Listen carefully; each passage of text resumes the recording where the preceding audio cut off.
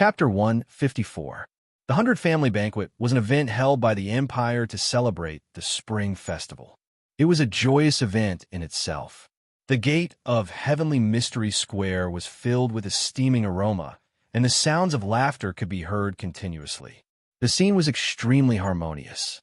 The fragrance of the delicacies and the smiles of the diners intertwined together to form an unforgettable picture.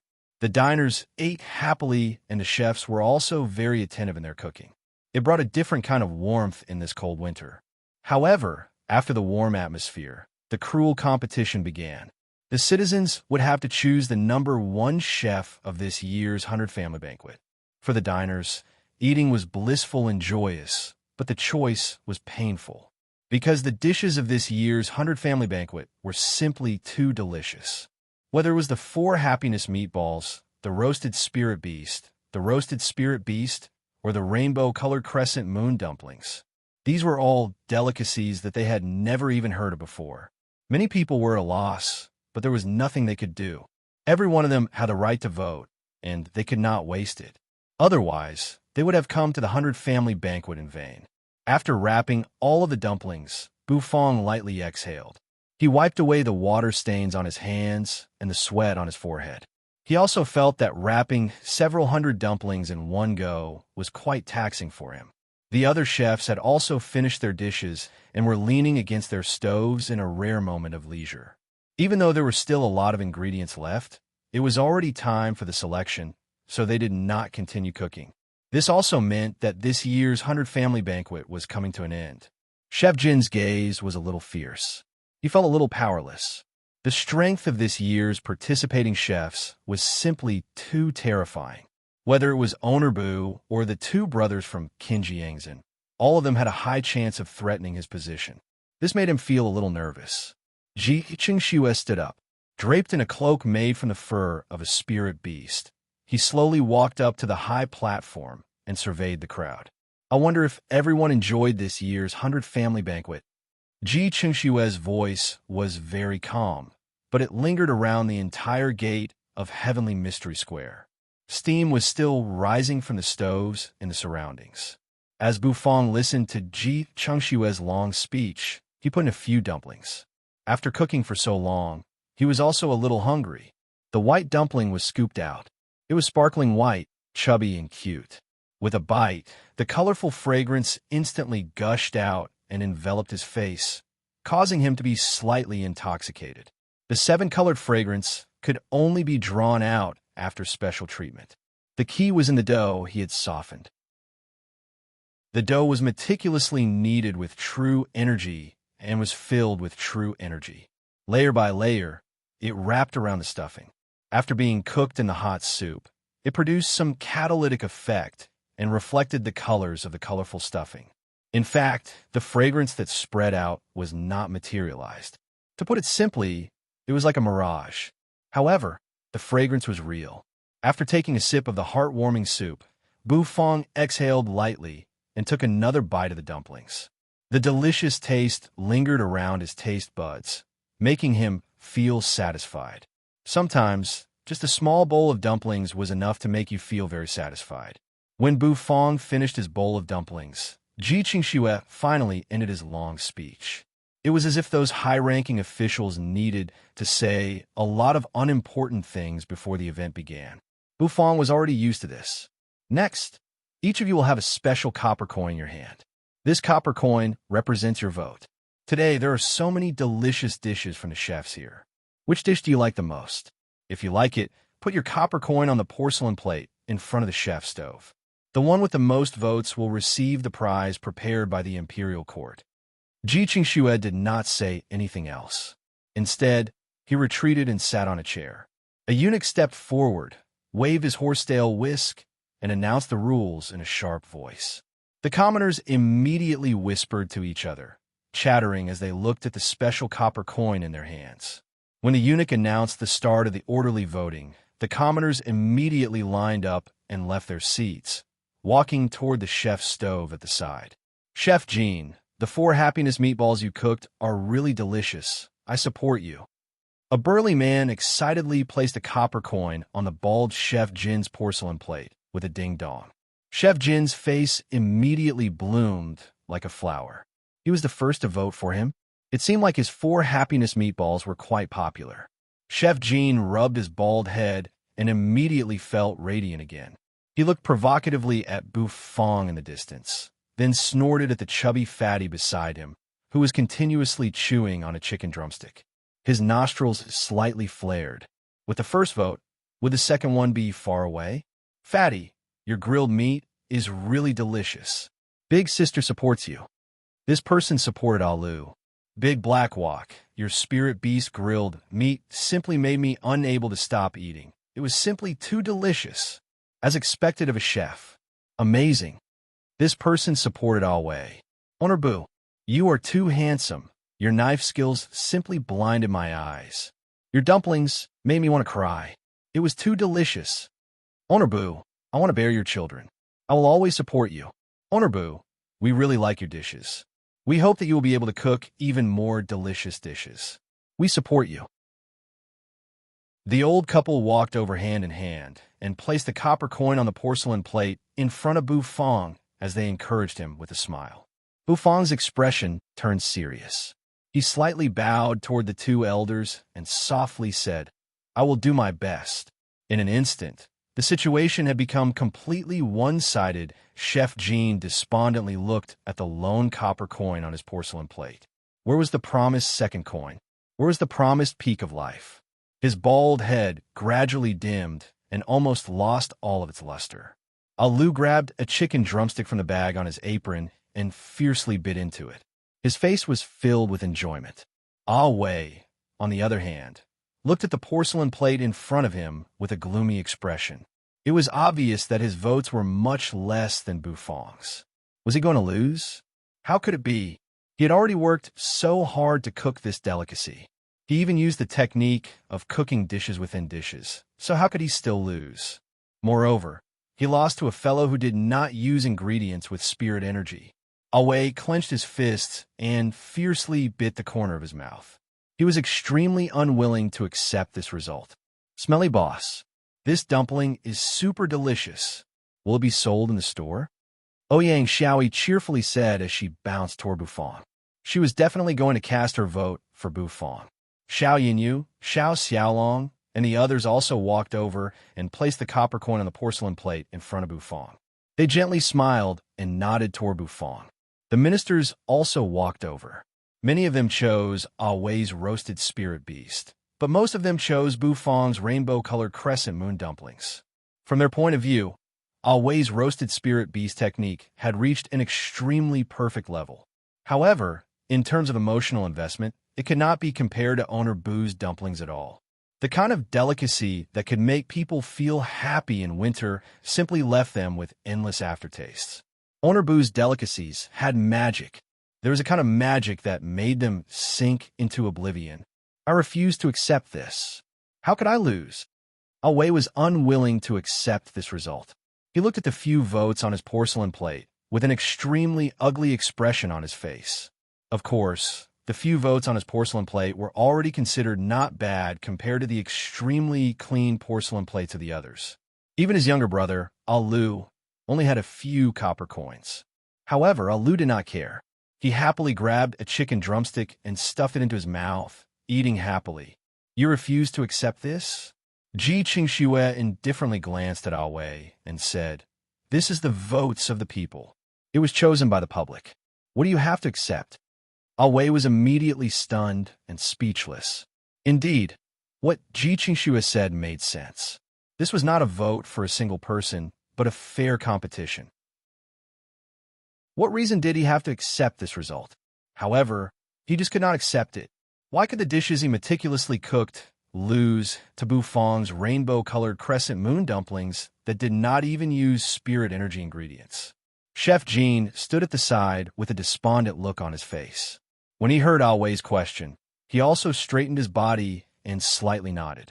The taste of spirit energy ingredients could not be compared to ordinary ingredients. This had always been common sense in the culinary world. However, Bufong broke this rule today. Bufong rubbed his stomach and expressionlessly glanced at Awei and the bald Chef Jean. He lightly exhaled a breath of hot air. He indifferently said, "You don't accept it?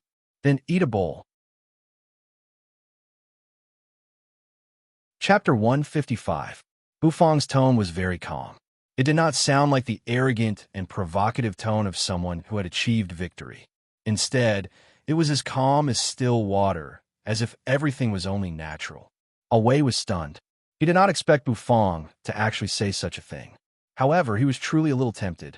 He understood in his heart that since Bufang's rainbow-colored crescent moon dumplings were able to garner the favor of so many people present, there must be something special about them. "All right, give me a bowl, and I'll also give you a roasted spirit beast."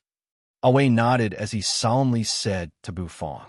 This was his temperament, and he did not want to take advantage of others. Besides, he also wanted to see Bufang's reaction after tasting his delicacies. Bufang nodded.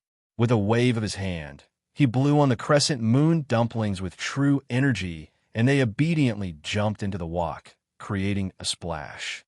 Awei walked back to his stove and began to seriously roast the spirit beast. The other chefs present all looked at each other in dismay.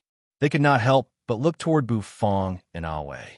Were these two really going to compete? Alu was munching on a chicken drumstick as he curiously watched Bufang and Awei cook. He was very familiar with Awei's roasted meat. In his opinion, the taste of the roasted meat was simply too delicious. However, it was even more unbelievable that Owner Bu's dumplings could actually defeat his elder brother's roasted meat. Ji Qingxue observed the atmosphere, and a playful smile appeared on his face. He stopped the eunuch who was about to step forward to interrupt them, and simply said, "Let them finish." The eunuch immediately bowed and retreated behind Ji Qingxue. Ji Qingxue had heard the two brothers from Qin Jiangzhen before. The Wildlands was mysterious and unfathomable. Even the imperial court could do nothing about it. Qin Jiangzhen was located outside of the Wildlands and had its back facing the Wildlands, so it was naturally unique. The two brothers' culinary skills were astonishing. If it was not for Owner Bu, they would definitely be the champion of this year's 100 Family Banquet. What a pity. Owner Bu's culinary skills were really terrifying. A fragrance quickly drifted out. This was the fragrance of Awei's barbecued meat. The barbecued meat in his hand was vivid and lifelike and had been handled flawlessly. The spirit beast was not big, tender, juicy, and incomparably fragrant. This was the catalyzing effect of roasting the spirit herbs together. Not only was the visual effect good, but the taste was also excellent. On the other hand, on Bufang's side, although the rainbow-colored crescent moon dumplings were boiling in the hot pot, they also emitted some aroma. However, the aroma was neither strong nor weak. It can only be said to be very ordinary. It was on a completely different level from the aroma of Awei's barbecue. Although most of the chefs were doubtful, and some of them even revealed doubtful gazes, they did not dare to jump to a conclusion. That was because the copper coins on the porcelain plate in front of Bufang's stove had already explained everything. There was definitely something hidden in this dish. He scooped out the dumplings from the boiling wok and poured them into a blue and white porcelain bowl. There were 3 dumplings in a bowl. He sprinkled chopped green onions on them, and the dish was done. Awei's dish was also done. Oil was continuously dripping from the roasted spirit beast meat, which was overflowing with fragrance. "Owner Bu, please have a taste." Awei grabbed the barbecued meat and came in front of Bufang. He passed the meat to Bufang. Bufang took it and smelled a rich fragrance wafting toward him. In an instant, it enveloped his entire body, making him feel as if he was swimming in an ocean of fragrance, unable to extricate himself. This smell was really fragrant. Green smoke curled up from Bufang's hand, and then the dragon bone kitchen knife appeared. He gently cut open the stomach of the spirit beast. In an instant, the boiling soup stock flowed out and mixed with the barbecued meat, causing the fragrance to become even more intense. If Bufang's rainbow-colored crescent moon dumplings were simple and elegant vegetarian orchids, then this rich barbecued meat was a fiery rose. The two were completely different dishes. Bufang cut off a piece of meat, dipped it in the rich sauce, and placed it into his mouth with a pair of chopsticks. The crispy skin of the barbecued meat and the tender and juicy meat instantly enveloped Bu Fong's taste buds. His eyes lit up as he continuously nodded his head. On the side, Aoi also picked up the bowl of dumplings. The dumplings were as simple and elegant as orchids. At first glance, they were not that breathtaking, but their white and cute appearance made one feel a little more appetizing. "Brother, give me a bite as well," Alu said in a slurred voice as he greedily looked at the bowl of dumplings while chewing on the drumstick. Aoi immediately gave him a disdainful glance. "Didn't I tell you not to talk to me while eating? Did you forget again? If you want to eat, bring a spoon over and scoop it up yourself." Alu immediately gave a silly smile and hurriedly found a spoon. He scooped up a dumpling just like Aoi and planned to put it into his mouth. White steam was emitted from the dumplings. The faint fragrance of flour was accompanied by the aroma of the dish. It was simple and elegant, but it did not make one sick of it. Aoi took a bite and discovered that a rainbow-colored fragrance wafted out from within. It was as if it had transformed into a rainbow, causing him to be incomparably amazed. So, this was the true meaning of the rainbow-colored crescent moon dumplings? Warmth, tranquility, and an extremely blissful feeling spontaneously welled up in one's heart. It was a feeling that had already transcended the definition of delicacy. Aoi fell silent as he silently finished the entire dumpling. The expression on his face was fluctuating. Just by eating one dumpling, he already knew that he had truly lost. It was an incomparable defeat. The gap between him and Onurbu seemed to be an insurmountable chasm. On the other side, the fat on Alu's face was squeezed together as he trembled. His eyes were filled with tears, his mouth was moving like waves, and his nose was twitching as he sobbed. "What's wrong with you?" Aoi was startled by Alu's appearance. This guy was just eating a dish. Did he have to be so exaggerated? "Brother, I miss my parents." Alu's tears flowed down his cheeks as he stuffed the remaining half of the dumpling into his mouth and mumbled while sobbing uncontrollably. Aoi was silent for a moment before he softly sighed. Onurbu's dishes were really magical. Bu Fong finished the roasted meat. This time, he actually ate 3 pieces. He himself was also a little surprised. It was obvious that this dish was pretty good. However, whenever Bu Fong ate a dish, he would habitually criticize it with his venomous tongue. This time, it was no different. "Your roasted meat tastes pretty good, but the way you handle the spirit beast is still a little lacking. The spirit energy of this spirit beast is equivalent to a 3rd-grade spirit beast, but after you handled it like this, the spirit energy in its body dissipated. Furthermore, you used spirit herbs to roast it, but the essence of the spirit herbs was not adhered to the roasted meat. Many unnecessary things were mixed in, which affected the taste. This is the reason why it was a little strange. Also, the sauce in the soup stock? Everyone was dumbstruck as they looked at Bu Fong, who seemed to have opened up a chatterbox in an instant. This was completely different from a usual concise and comprehensive Onurbu. Aoi's face was also ashen as he listened. However, he was extremely shocked in his heart because every flaw Bu Fong mentioned was a real flaw in his dish. There were some flaws that he could have avoided, but there were some flaws that even he could not avoid. However, Bu Fong was able to give such an accurate evaluation after only tasting a few mouthfuls. It was simply terrifying. As expected of the man who defeated me. Aoi thought to himself as he raised his chin. After Bu Fong finished his evaluation, he regained his elegant demeanor and started to clean up the stove. The 100-family banquet finally came to an end. There was no doubt about the winner. Bu Fong had the most copper coins on his porcelain plate, so he was the winner. There was no applause. Bu Fong did not feel the so-called joy of winning the prize. He merely glanced at the crowd with an incomparably calm expression, as if this was a matter of course to him. Congratulations to the host for completing the second abrupt mission. Obtain first place in the 100-family banquet, crush everyone, and spread the god of cooking's aura. Now announcing the mission reward. The system's serious and solemn voice rang out in Bu Fong's mind, causing Bu Fong to fall into a trance. The instant the system's voice rang out, the eunuch on the high platform announced the final winner and announced the reward for the winner of the 100 Family Banquet. Chapter 156. This is the reward for the champion of this year's 100 Family Banquet. Bu Fong expressionlessly asked as he watched Ji Qingxue solemnly place a peanut-sized seed in his hand. Wasn't this just a peanut-sized seed? Bu Fong resisted the urge to fling his shoehorn at Ji Qingxue's handsome face. He did not expect that after working so hard for so long, he would only get his hands on a peanut-sized seed. He did not know what to say anymore.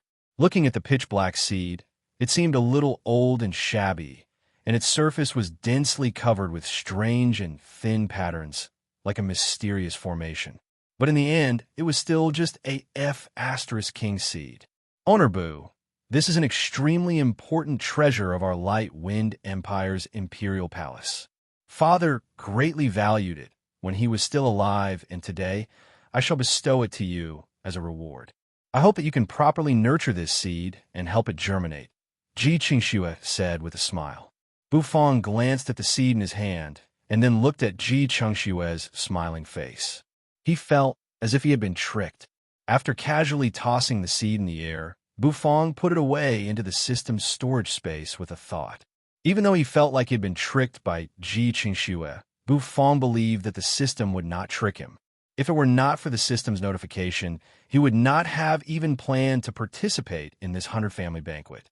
The fact that the system wanted him to obtain this reward meant that this seed was extraordinary.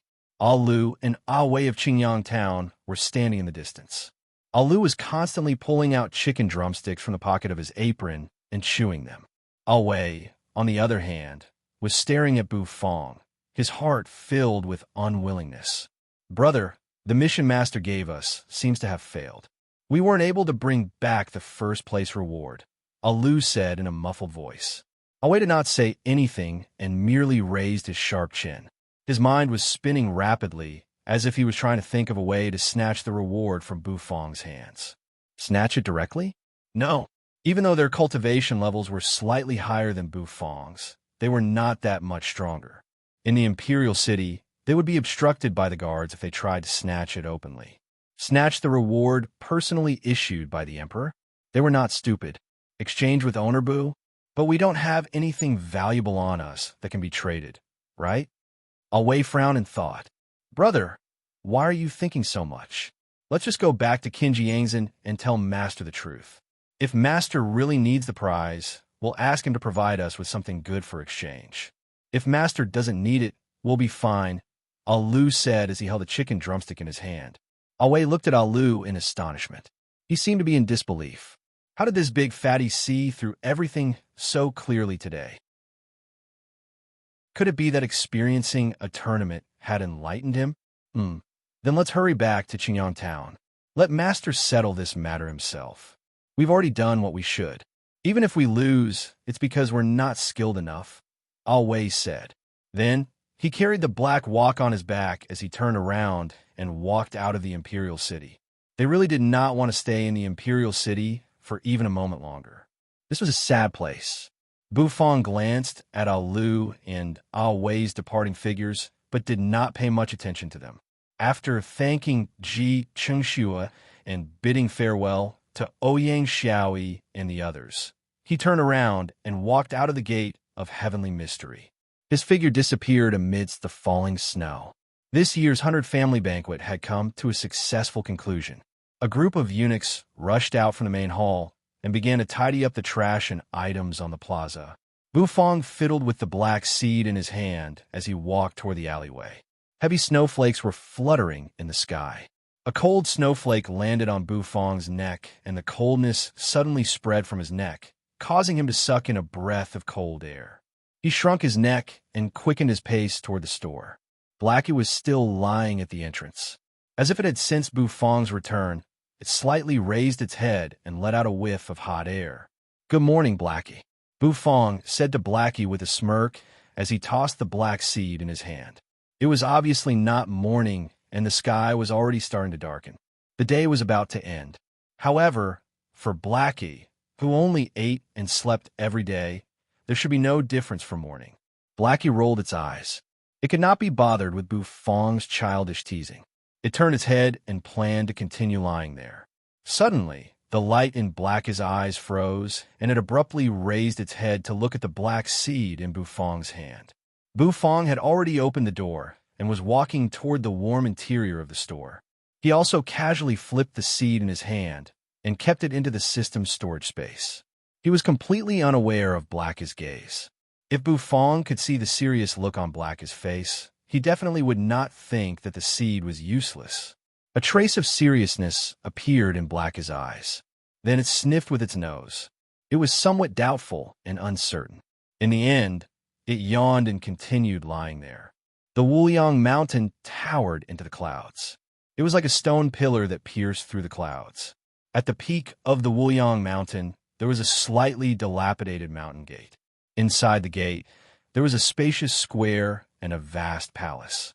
Smoke and clouds lingered above the square. On one side of the vast palace, in a small two-story wooden house, an old man with white hair and eyebrows was quietly sitting cross-legged. On his palm, which was like a 100-year-old dead tree branch, there were a few turbid yellow jade talismans. The jade talismans were engraved with strange patterns. The old man squinted his eyes, and the tip of his nose emitted a light but orderly breathing sound. It seemed like he was taking a nap. Suddenly, the jade talisman in his hand trembled slightly. The old man abruptly woke up from his nap and slowly opened his turbid eyes. The old man's eyes were a strange blue color. When he looked at them, it seemed like he could see through the stars. Why is the heavenly fortune talisman trembling on its own? This old man has yet to make a divination, and this phenomenon has already occurred. Could it be that another treasure is about to be born in the hidden dragon continent? The old man picked up the jade talisman. His face, which was full of wrinkles, stared at the jade talisman with a gaze that could see through the dust of the world. The old man casually pointed at the jade talisman, and the jade talisman immediately settled down. It was quietly held in the palm of the old man's hand. The old man stood up and walked to the window of the small wooden house while trembling. He took a deep breath. The old man stood in front of the window with his hands clasped behind his back. He looked at the churning clouds outside the Wuliang mountain. His blue eyes seemed to have a brilliance that could see through everything. Then he withdrew his gaze and looked at the disciples who were constantly sweating in the heavenly Arcana Palace's square. This was the new strength of the Celestial Arcana sect and also the foundation of the Celestial Arcana sect. Suddenly, the old man's eyes narrowed as if he had noticed something. He looked into the distance and saw two figures speeding away. The former was an old man who was dressed in sloppy clothes and had a face full of gray beard. The old man held a wine gourd in his hand and quickly moved across the square as if the ground had shrunk to an inch. Behind the old man was a beautiful woman who wore a white gauze dress. Her fine black hair cascaded down like a waterfall. The woman was extremely beautiful, like a fairy from the heavens. Old drunkard, stop right there. You promised to give me a tale of dragon's breath. You're going back on your words. A rather hot voice rang out. That seductive and sexy figure was faintly discernible. And Yin was somewhat indignant as she chased after the old drunkard in front of her. The old man's nose was red and his gray hair and beard were fluttering. He turned his head and chuckled. Girl, you're not being honest. I promised to give you a tale of wine, but you have to drink it on the spot. You know the rules of this old drunkard. If you want to drink, then come. If you want to take the wine away, no way. Who knows what you're planning to do with the dragon's breath? The true energy on Yin's body surged. She took a step forward and dashed forward like a rainbow. Her speed was so fast that it was difficult for others to catch her. However, the old drunkard merely chuckled and took a light step forward. It was as if the ground had shrunk to an inch, and he instantly widened the distance between him and Yin. You rotten old man. I'm the third elder of the sect. Can't I even have a tale of wine? Yin was flustered and exasperated. Oh, I really can't. I don't care if you're the third elder of the sect. Even if you're the supreme elder, if you want my wine, I won't give it to you. I'm a man of principle. The old drunkard chuckled. He was like an old urchin as he hugged a wine gourd and swayed it. And Ayin gritted her teeth as she watched. The old man in the wooden house suddenly chuckled and took a step toward the entrance. His figure suddenly swayed, and he actually disappeared without a trace. Buzz, you said that the Supreme Elder wants wine from you, but you won't give it to him? An aged voice came from behind the old drunkard. It immediately scared the old drunkard who was grinning. He felt as if his heart was about to jump out of his chest. The wine gourd was also jumping around in his hand, and he almost lost his grip. A person scaring another person can really scare someone to death. The old drunkard cursed in his heart. Chapter 157. Grand Elder. The old drunkard turned his head and happened to see the old man's figure.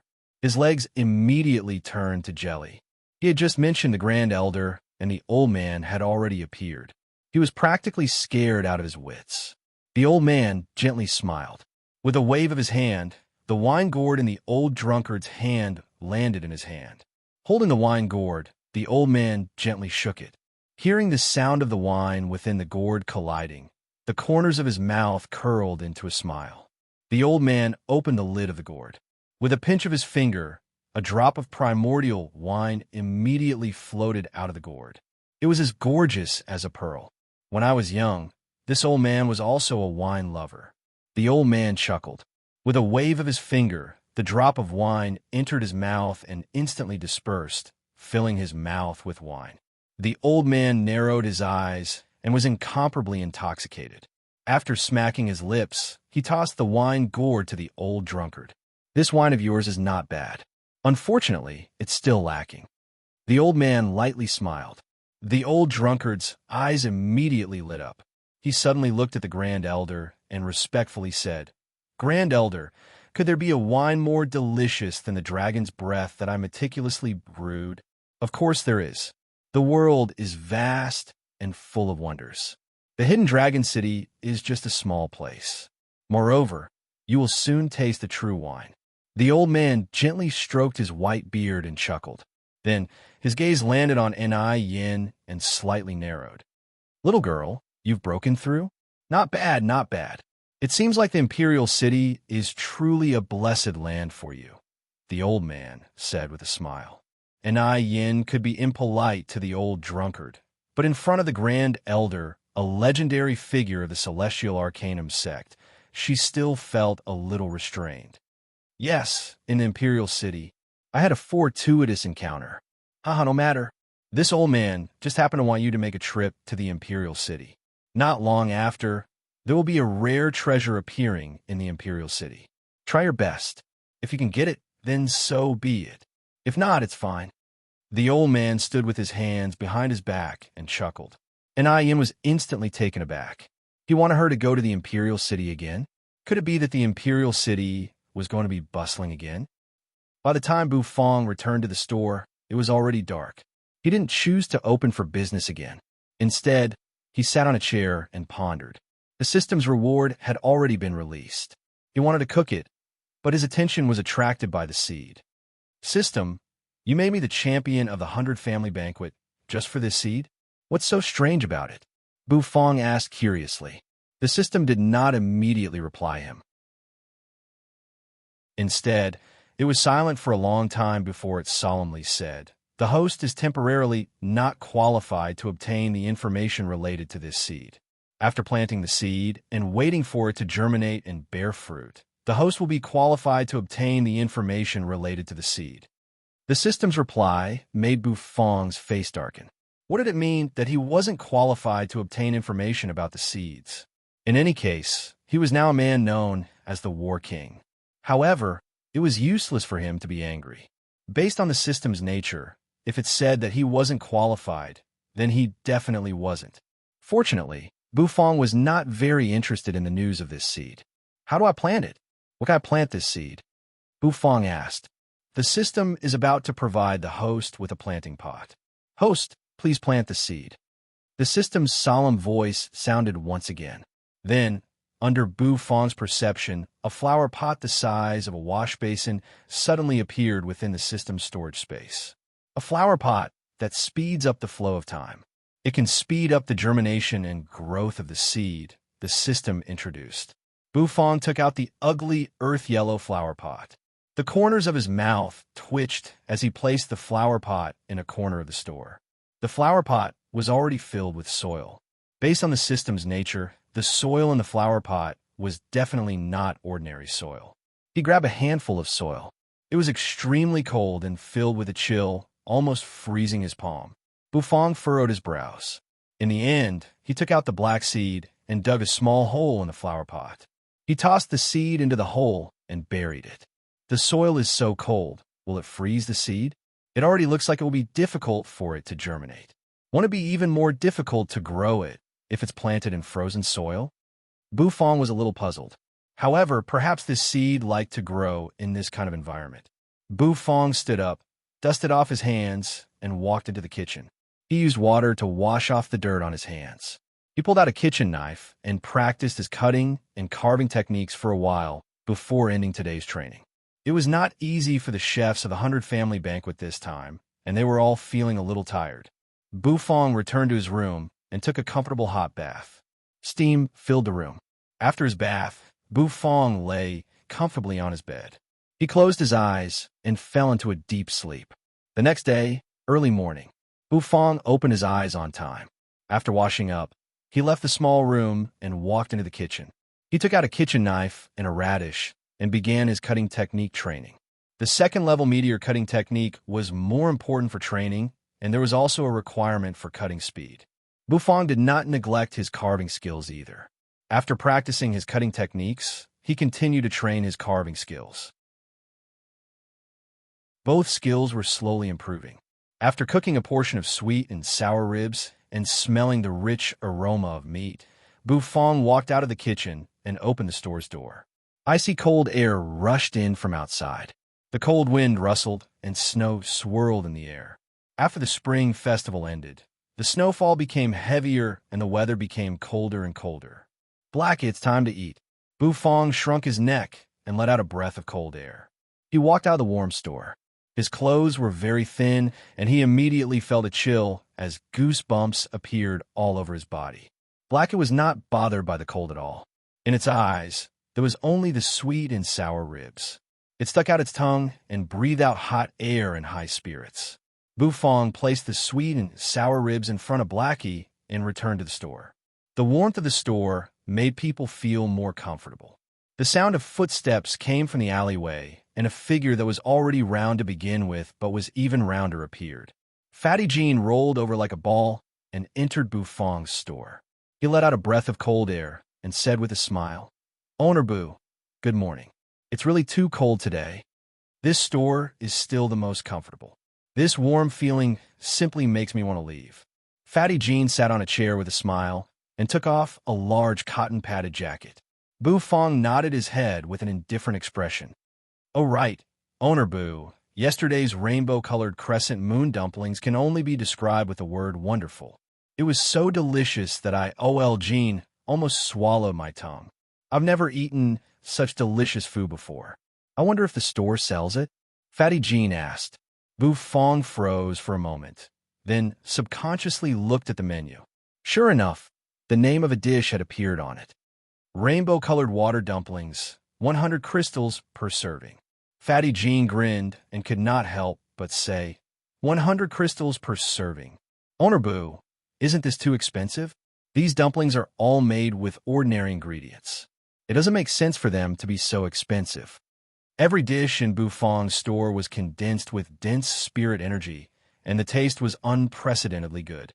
Without exception, the ingredients used in these dishes were all expensive and of high quality. However, Fatty Jean had eaten the rainbow-colored crescent moon dumplings yesterday. The ingredients used were only ordinary fruits and vegetables. Yet it was still sold at such an expensive price. It was truly a loss. Even though Fatty Jean's family had a crystal mine, squandering it like this still made him feel a little sad. Fatty Jean's question caused Bufong to be stunned for a moment. He looked at Fatty Jean with a puzzled expression. The corners of his mouth twitched slightly as he said, Who told you that the ingredients used in the store's rainbow-colored water dumplings are ordinary? Chapter 158. The rainbow-colored water dumplings were originally a mission reward given by the system, so the ingredients used would naturally not be ordinary. During the 100 family banquet, Bufang only chose to use ordinary fruits and vegetables in order to let the majority of the commoners have a taste of this delicacy. However, once he returned to the store, the ingredients used would naturally be of a much higher grade. When Bufang walked out of the kitchen with the piping hot rainbow water dumplings, the aroma that pervaded the air was completely different from the dumplings of the 100 family banquet. The aroma of the rainbow water dumplings, which were cooked with spirit energy ingredients, was completely released. The aroma wafted through the air gently. Gulp! Fatty Jean looked eagerly at the colorful dumplings in Bufang's hand, and his saliva was about to drip down. This rich fragrance was really too appetizing. Your colorful water dumplings, please enjoy. Bufang placed the colorful water dumplings in front of Fatty Jean and said lightly. Fatty Jean's gaze immediately fell on the rainbow-colored water dumplings. Unlike the rainbow-colored crescent moon dumplings from the 100 family banquet, the true rainbow-colored water dumplings far surpassed the ones from the 100 family banquet in terms of color, fragrance, and appearance. There seemed to be light constantly changing within the white dumpling. Sometimes it was bright red, sometimes it was emerald green. The 7 colors intertwined, and it was so beautiful that it was intoxicating. The dumpling soup was also emitting a fragrant aroma. It seemed to be made from the meat of a spirit beast and was filled with spirit energy. With just a sniff, he felt a wave of energy instantly flow through his entire body, making him feel extremely comfortable. Due to the limitations of the ingredients, the rainbow-colored crescent moon dumplings could not fully display its 7 colors. At that time, I used a trick to store the fragrance, and with the help of the true energy refraction, it was able to display the 7-colored luster. The real rainbow-colored crescent moon dumplings do not need me to do that. The ingredients can directly display the 7-colored luster, Bufang explained. Fatty Jean impatiently picked up a rainbow water dumpling and took a bite. Suddenly, his entire body seemed to have fallen into a waterfall, and he felt extremely comfortable being hit by the waterfall. He wanted to open his mouth and shout, but the moment he opened his mouth, he felt an exuberant fragrance blocking his mouth, causing his eyes to widen. The fat on Fatty Jin's face seemed to be trembling. His eyes were slightly narrowed, and his face was full of enjoyment. Delicious. It was too delicious. Bufang glanced at Fatty Jean, who was engrossed in the delicacy of the rainbow-colored water dumplings, and the corners of his mouth twitched slightly. Then, he pulled out a chair and sat down. He subconsciously turned his head and looked at the yellow flower pot in the corner. He wondered how the seeds he had planted yesterday were developing. Suddenly, his eyes narrowed slightly, as if he had discovered a new continent. He saw a tender green sprout from the ice-cold soil in the flower pot, and a vigorous life force was blooming. This germinated? Bufang's face was full of surprise. The speed of germination was too fast. It had only been a few hours. However, Bufang quickly calmed down. He walked to the side of the flower pot, squatted down, and carefully stared at the stalk of grass. The small sprout was bright green, and the patterns on its surface were extremely complicated.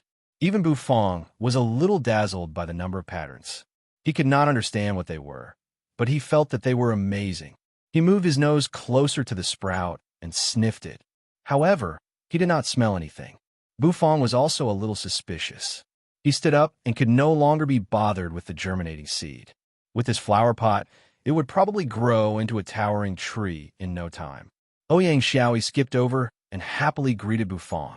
Bufang nodded indifferently and continued to curl up in front of the store as he watched the snowflakes continuously falling from the sky. A clamor came from the alleyway in the distance. The sounds of women chattering could be heard as several figures slowly approached. Bufang puzzledly looked into the distance and saw a few graceful women walking toward the store. There were quite a few familiar faces among them. Wan Air, I heard that Owner Bu won first place in this year's Under Family Banquet. Elder sister will take you to eat some delicious food today, Luo Sanyang said in a carefree manner. Luo Sanyang said carelessly. She was wearing a tight-fitting robe with a slit at the bottom, revealing her fair and slender legs. She did not feel cold, even in this world of ice and snow. Beside Luo Sanyang were a few graceful and luxuriously dressed women. One of them was a young girl wearing a thick woolen robe. Her nose seemed to have turned red from the cold as she breathed in and followed Luo Sanyang's footsteps. Yang Chun excitedly led the way. He was wearing a bright red robe today and looked very festive. Sisters-in-law, Owner Boo's culinary skills will definitely not disappoint you. The young Marquis Yang Chun was very confident. He had personally tasted Owner Boo's culinary skills before, so he naturally knew how delicious they were. The group of women arrived in front of the store and saw the big black dog lying on the ground and Bu Fong curled up on a chair. Both of them had a languid appearance, as expected of people who came from the same store. What an adorable dog. The lady, who looked like a young girl, was wrapped in a thick fur coat. When she saw the big black dog sleeping soundly in front of the door, she immediately let out a joyful cry. Then, she bounced toward Blackie and reached out her small and fair palm to pat Blackie's head. Blackie was speechless as he looked at the dog-loving young girl in front of him, whose eyes were overflowing with love. He did not know what to say. This young girl's cultivation was only at the 3rd grade battle maniac. The Lord Go could kill her with a single sneeze. However, after thinking about it, with the Lord Go's status, there was no need for him to get angry with a little girl. Therefore, the Lord Go changed his posture and continued to lie on the ground. This dog is so adorable. Wan Er's eyes lit up. She rubbed Blackie's warm head with both hands and giggled. Bu Fong blinked his eyes and looked at the lazy dog that was too lazy to even move. He was speechless in his heart. This lazy dog, if the one rubbing his head was a man, this guy would definitely have slapped him with his paw. Bu Fong knew how powerful this lazy dog's paw was. If you want to order, come inside the store. You're not allowed to tease that big black dog. Bu Fong stood up from his chair and said calmly. Even though he did not know if the lazy dog would get angry, it was better to lure this woman away. Luo Sanyang glanced fearfully at the black dog. When she saw Wan Er rubbing the dog's head, her heart almost leaped out of her chest. Wan Er might not know the identity of this black dog, but how could she, Luo Sanyang, not know? This black dog was the rumored supreme beast in the imperial city. It was a supreme beast that could torture Wan Er 1,000 times with a single sneeze. Should I call this girl silly or bold? Luo Sanyang didn't know whether to laugh or cry. Seeing that Blackie wasn't in the mood to argue with Wan Er, she let out a long sigh of relief. She pulled Wan Er, who was reluctant to leave, and stepped into the store. The store was very warm and comfortable. It made the women feel as if they had stepped into the warm spring season. The aroma of the dishes in the store intoxicated them even more. Honorbu, these are my sisters-in-law. I brought them here for a meal today. Bring them whatever is good. Little Marquis Yang Chun said while patting his chest as he stood in front of Bu Fong. Bu Fong expressionlessly glanced at Yang Chun, then glanced at the group of women. The corner of his mouth twitched. The dishes in the store are all delicious. Order whatever you want to eat, Bu Fong said calmly. These words made Yang Chun look slightly awkward. The dishes in Owner Bu's store were all exquisite. If I serve them all, fine. Yang Chun pinched his money pouch and sniffled. I better not show off. Luo Sanyang immediately laughed with her hands on her hips. Wan Er and the others also covered their mouths and chuckled. Then, the crowd looked at the menu behind them. After a moment of silence, they started chattering.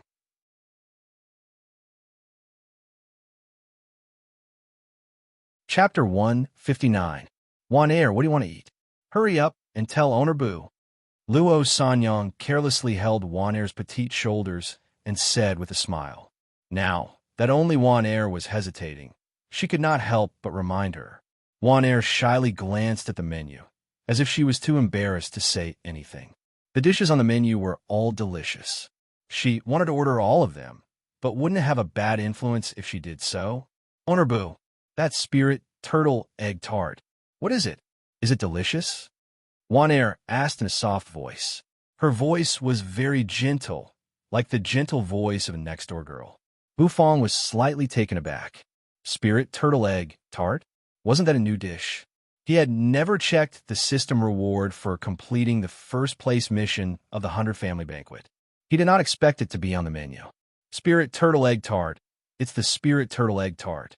It's very delicious, Bufong indifferently said as he glanced at Juanair.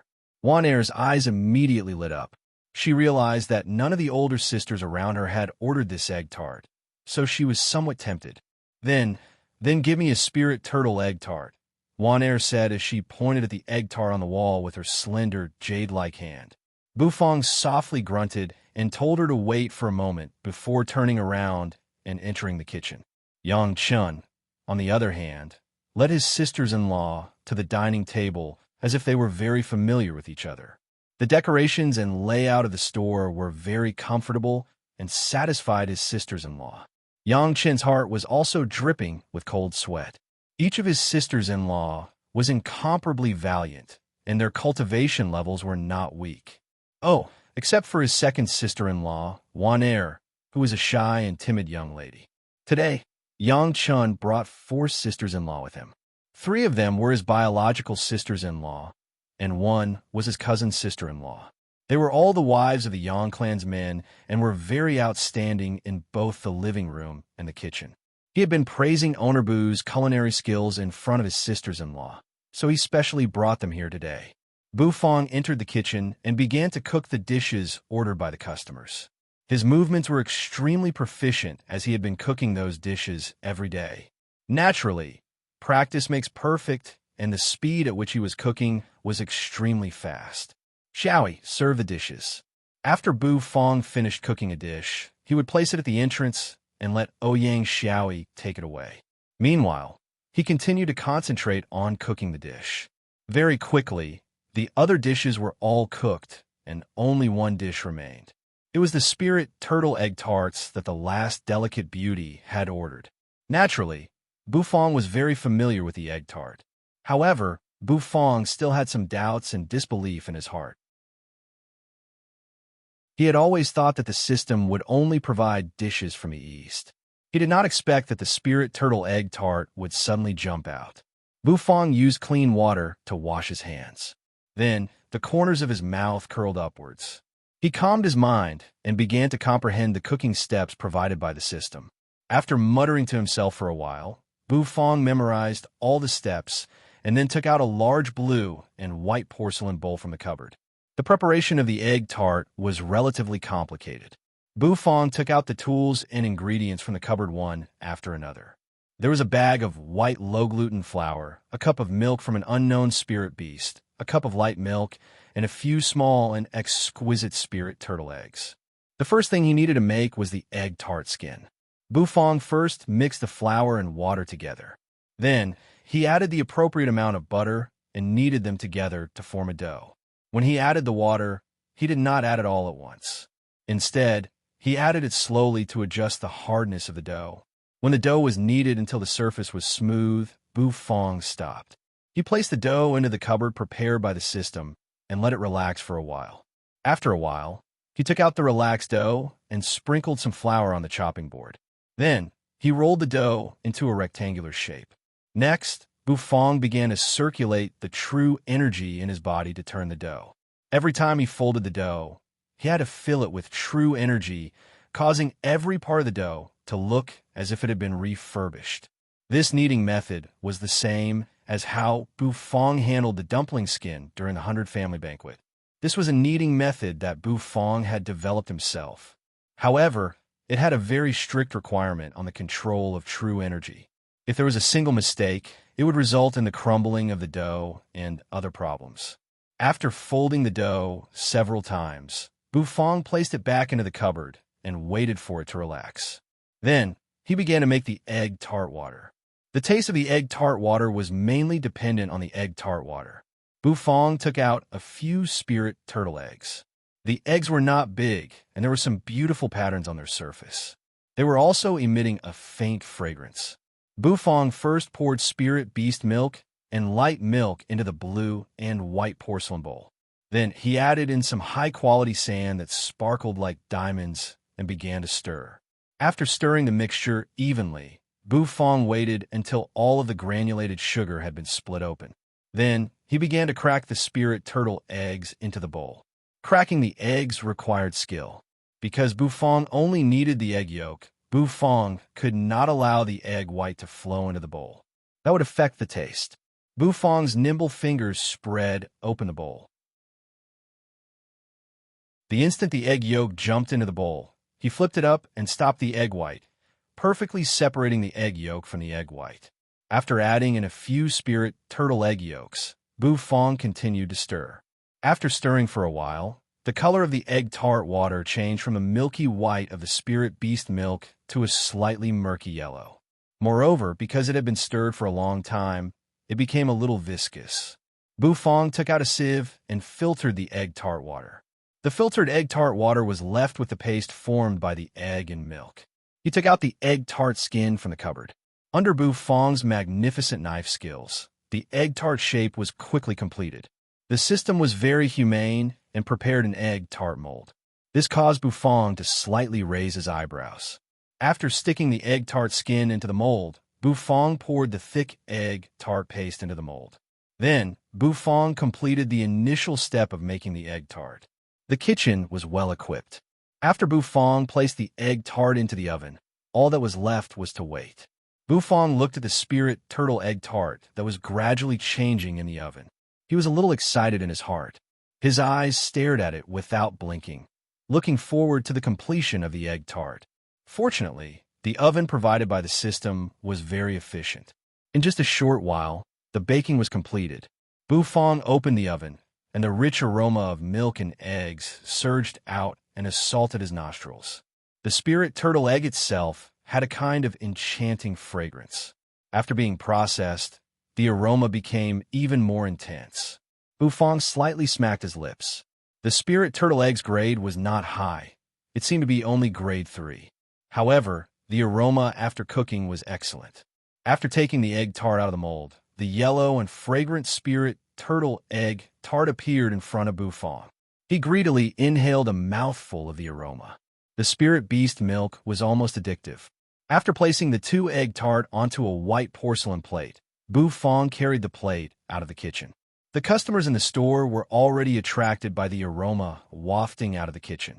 They were all eagerly looking at Bufong, who was slowly walking out of the darkness. Bufong was holding a white bowl in his hand. On top of it was a strangely shaped food.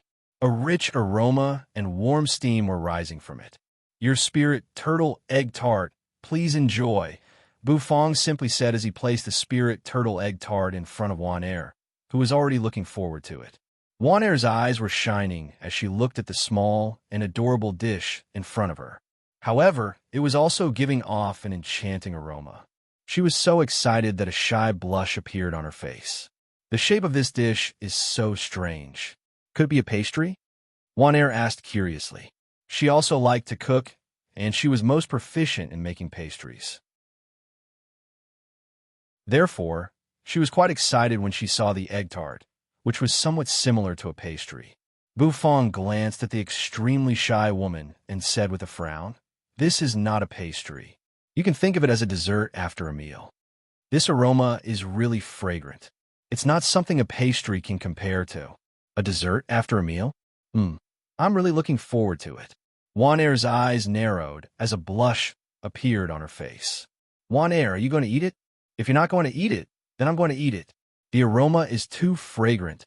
I'm craving it," Luo Sanyong said carelessly as she eagerly watched from the side. Wan-Er immediately panicked and quickly grabbed an egg tart. The slightly hot egg tart made Wan-Er let out a soft gasp. She blew on it with her cherry lips before biting into it.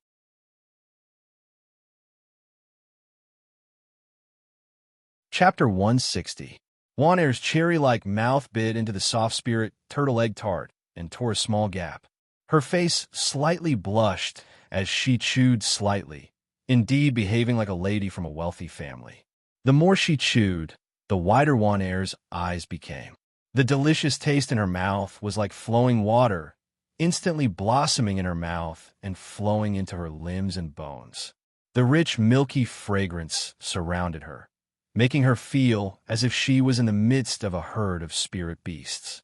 A cool breeze brushed past as the spirit beasts quietly nibbled on the green grass.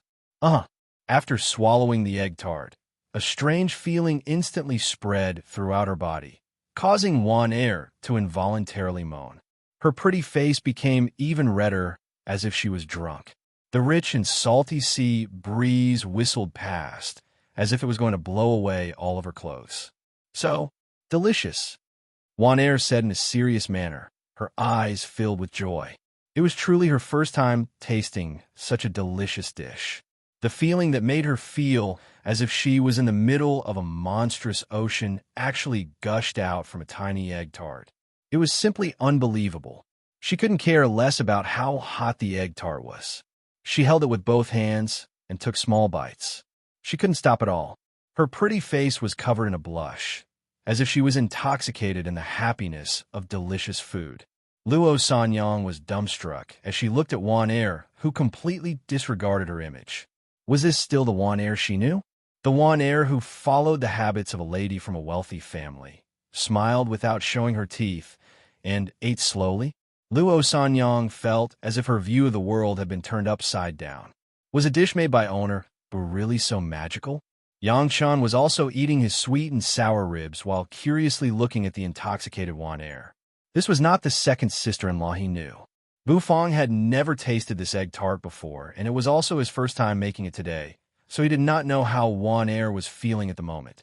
However, from the looks of it, the taste of the egg tart should be pretty good. The corners of Bu Fong's mouth twitched, then he let out a long breath and found a chair to sit down on to rest for a while. After Wan Air finished one egg tart, she immediately grabbed another one. She exhaled through her cherry lips and then continued eating. She had completely lost the graceful and elegant demeanor of a young lady from a wealthy family. At this moment, she looked just like a foodie who had eaten her favorite food. Just like that, Wan Air finished the 2 egg tarts in front of Luo Sanyang and Yang Chen's dumbfounded gazes. The two of them couldn't help but stare at her with their mouths agape. "I'm done. Owner Bu, this spirit turtle egg tart is really delicious." Wan Air clasped her hands together and bowed to Bu Fong. She said seriously, "Thank you for allowing Wan Air to taste such delicious food." Bu Fong blinked his eyes, and the corners of his mouth twitched. He was not used to this woman's solemn attitude, so he could only give a soft in a slightly awkward manner. Yang Chun and the rest quickly finished their meal as well. They had eaten quite a lot of food. Looking at the pained expression on the young duke's face as he paid the bill, the girls couldn't help but cover their mouths and chuckle. Oh, except for Luo Sanyang, who laughed with her hands on her hips. Sisters-in-law, I was right, wasn't I? Owner Bu's culinary skills are definitely the best in the Imperial City. You guys didn't believe me before, but do you believe me now? The young duke sniffled, raised his chin, and said to his sisters-in-law in a serious manner. Luo Sanyang looked at Yang Chen's smug expression and was immediately displeased. She raised her fair arm and slapped the back of the young duke's head. She said in a bad mood, "You're not Owner Bu. What are you so proud of? Since you're done with the delicacies, why don't you hurry up and follow us back to practice? In a few days, the old duke will be checking your cultivation level. If you don't meet the standards, be careful of the duke whipping you."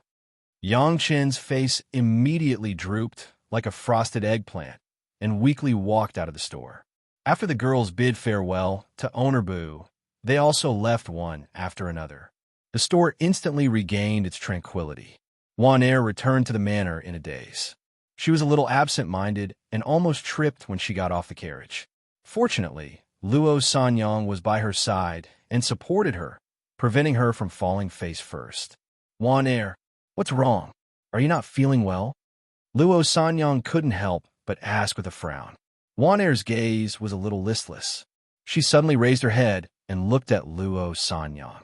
Her beautiful eyes revealed a gaze that made Luo Sanyang's hair stand on end. "Damn, sister, I'm so scared when you look at me like that." Luo Sanyang's hair, stood on end. Sanyang, come with me to the kitchen. I'll cook for you. You have to taste it for me. Wanair put her palms together and said pitifully. Luo Sanyang was taken aback for a moment. Then, she was directly dragged into the manor's kitchen by Wanair. Little Chun, remember to practice. Sister-in-law will come and check on your progress later. Luo Sanyang did not forget to call out to Yang Chun before she was dragged away. Bang! Another muffled sound came from the back kitchen of the manor, and a faint burnt smell wafted out. Luo Sanyang stood in the kitchen with a lifeless look on her face. Wanair, whose face was like a dirty cat, was holding a white porcelain bowl and looking at her with her innocent big eyes. Sanyang, this is the egg tart I made. Try it.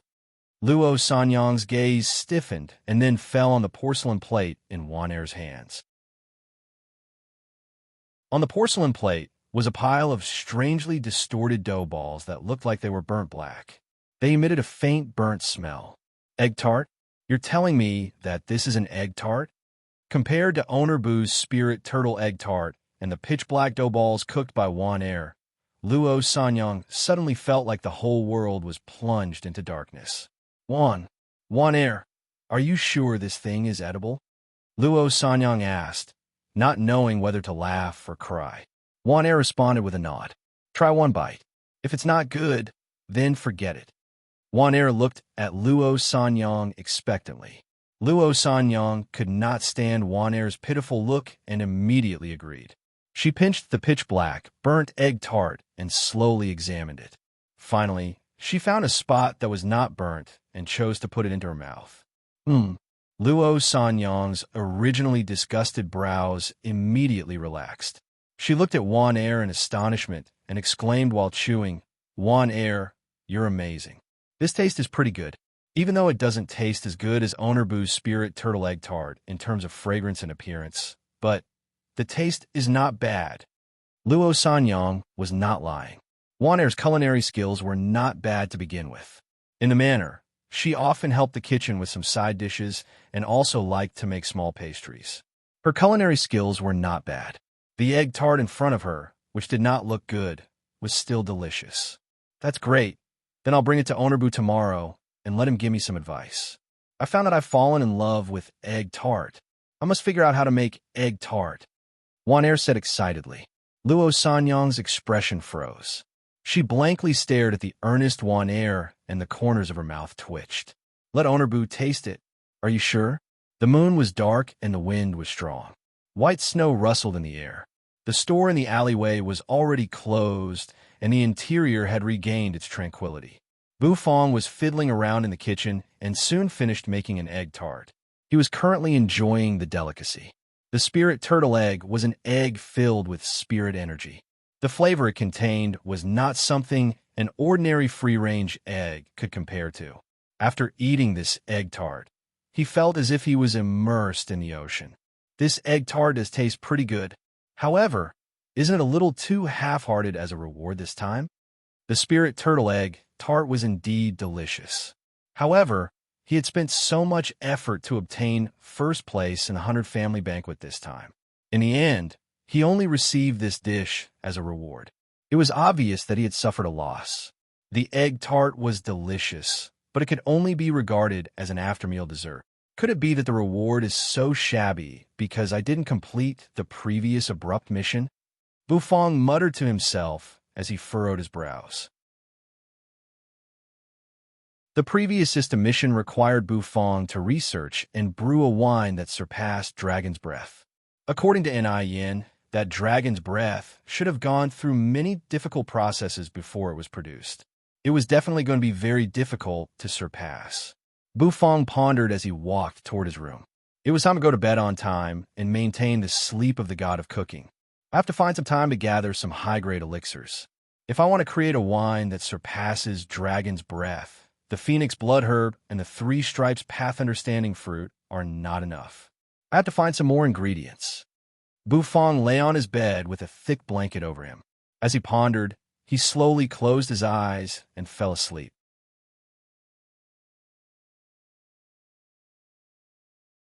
Chapter 161.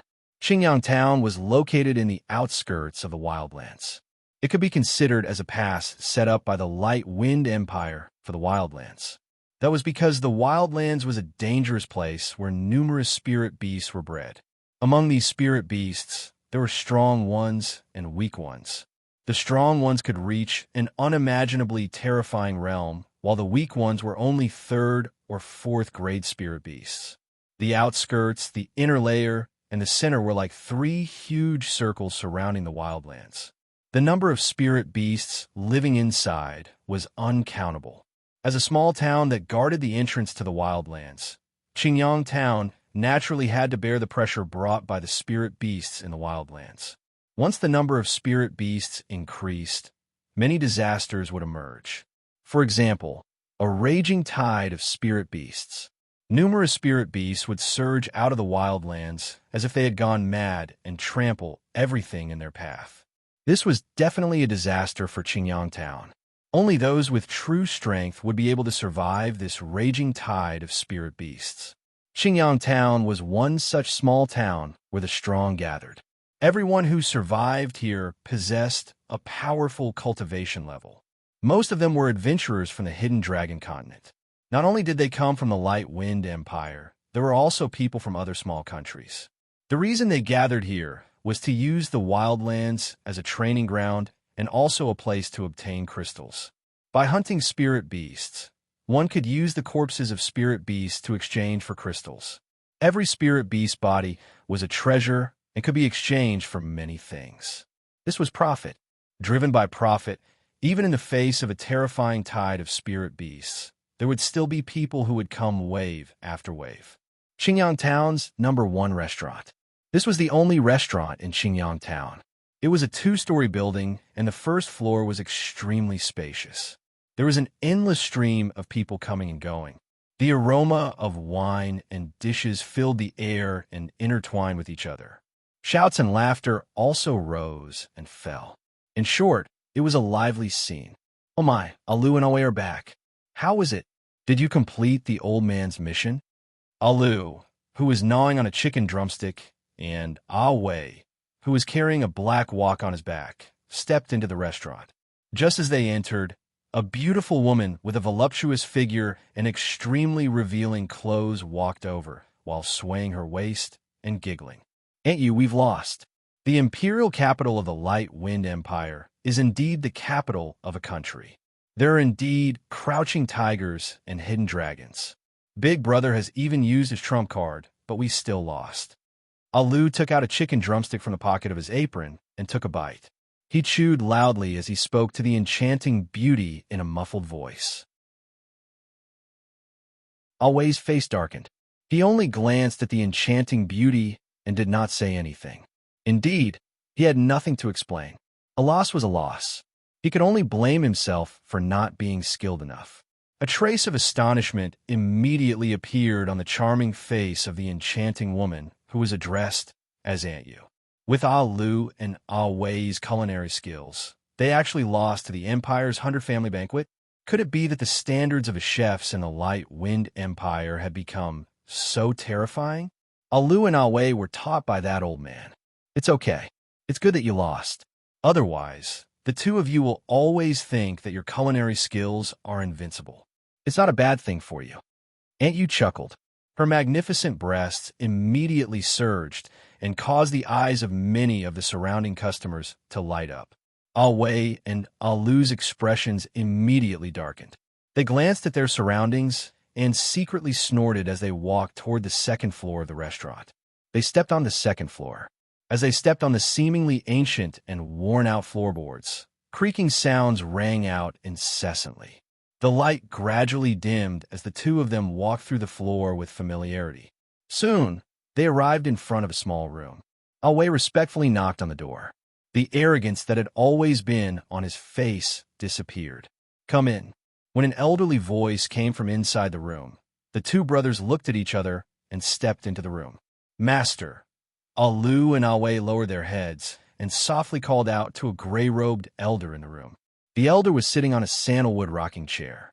He held a fan made from the feathers of an unknown spirit beast in his hand and gently waved it, creating a cool breeze. Lost? You didn't obtain the prize? There seemed to be a hint of a smile in the elder's words, causing Ah Wei to feel a wave of embarrassment. Before they set off, he had solemnly vowed that he would definitely bring back the prize. In the end, he returned in a crushing defeat. This old man once said that the hidden dragon continent is vast and boundless. Your horizons are merely a well. When you sit in the well and observe the world, you will feel as if you were sitting on the entire world. However, in reality, you are merely entertaining yourselves in a small place. The gray-robed elder stopped rocking the chair and said in an indifferent manner. Then, the elder stood up from his seat and his gaze fell on the two brothers. His wrinkled face slightly trembled as he chuckled and said, "It's fine. You don't have to blame yourselves. Just treat this as a training for you. A single failure is nothing. Work hard and try to regain your dignity." "Yes, Master, actually, if I had used the 100-flavor pot, I might not have lost." Ah Wei was still a little unconvinced. The gray-robed elder glanced at Ah Wei and shook his head. "This old man passed on the 100-flavor pot to you and told you to nurture it for 10 years. If you use it in advance, it would be equivalent to losing your essence and spirit. So what if you win? What you lose is far greater than what you gain. You should be glad that you didn't use the 100-flavor pot." "Ah Lu, describe to me what would have happened if you had lost," the elder said in an indifferent manner. Ah Lu was stunned for a moment. He subconsciously reached out his hand to grab a chicken drumstick. However, after thinking about it, he gave up and began to seriously describe what would have happened. The elder quietly listened and soon finished listening to Ah Lu's description. Rainbow-colored crescent moon dumplings? Using ordinary ingredients to create a delicacy that could defeat Ah Wei's dish? The elder narrowed his eyes and a hint of seriousness appeared on his face. When did such an amazing chef appear in the Light Wind Empire? For a delicacy made from ordinary ingredients to suppress a delicacy made from ingredients with spirit energy, one must completely bring out the taste and texture of the ingredients to the extreme. This is an extremely difficult task for any chef. Crunch, crunch, master. In the end, that prize was also won by that owner boo, Ah Lu said in a muffled voice as he bit into a chicken drumstick. The elder nodded, then clapped his hands and chuckled. "I didn't expect that there would be someone in the Light Wind Empire who would dare to compete with me, the ghost chef. This old man suddenly wants to meet this owner boo." Ah Wei was stunned for a moment. Then, his pupils constricted. Could it be that his master was going to personally make a move? The seed of the 5 stripes, path understanding fruit tree. If I could raise it, how much of a commotion would it cause? The elder muttered to himself. The morning star had just peeked out. Sunlight pierced through the clouds and shone on the ground, illuminating the earth with a golden hue. It was no longer snowing, but the temperature was still as chilly as ever. As usual, Bufong first cooked a plate of sweet and sour ribs for Blackie. Then he began to practice his knife and carving skills, as well as his culinary skills. Since his goal was to become the god of cooking at the top of the food chain in the fantasy world, he naturally could not slack off in the slightest. Daily practice was essential because practice could slowly improve his culinary skills and solidify his foundation. Within the earth-yellow flower pot, the greenery was already growing taller and taller. Yesterday it was just a bud, but today it was already as tall as a finger. It was indeed quite magical. The emerald green leaves were densely covered with mystical patterns, dazzling even Bufong's eyes.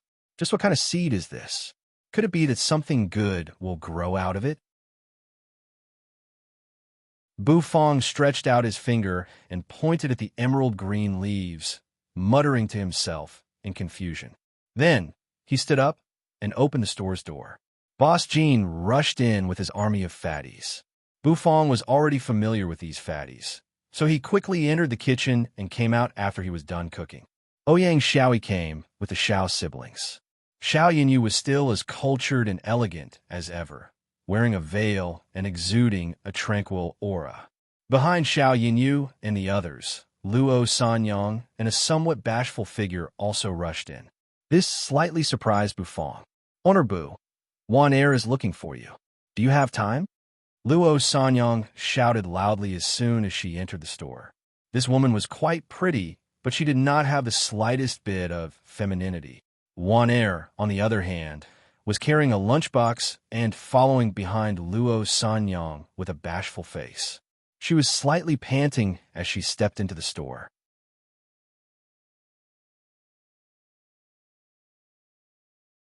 Chapter 162. Bufang looked at the two of them in confusion. He was already used to Luo Sanyang's careless manner, but why was Wan Er carrying a lunchbox into his store? Bufang looked at the two of them suspiciously, then twitched the corner of his mouth and said, "I don't have time." Luo Sanyang's expression suddenly froze. Her handsome eyebrows instantly knitted together. "What did you say? It's business hours now. Of course I don't have time. If you're here for a meal, I welcome you. If you're here to look for me, please wait until business hours are over." Bufang directly ignored Luo Sanyang's dissatisfied gaze, turned around, and walked toward the kitchen. "Hey, you brat." Luo Sanyang was exasperated. She naturally knew about Bufang's rules, but Bufang's manner made her feel uncomfortable. Who in the imperial city dared to speak to her like that? "Sanyang, let's not rush. Owner Bu is right. It's business hours now. We shouldn't disturb others during their business hours."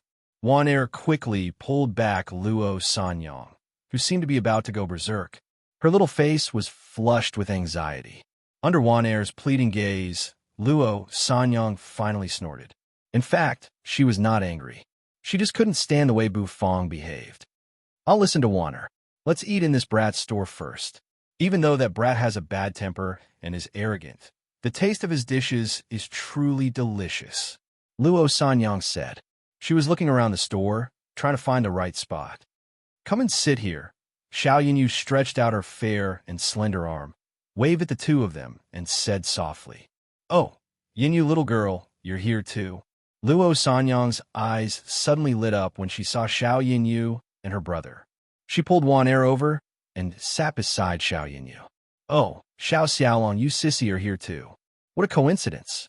When Xiao Xiaolong heard Luo Sanyang's words, he was so angry that he almost spat out a mouthful of blood. Every time Luo Sanyang saw him, she would call him sissy. This was simply infuriating. "Coincidence.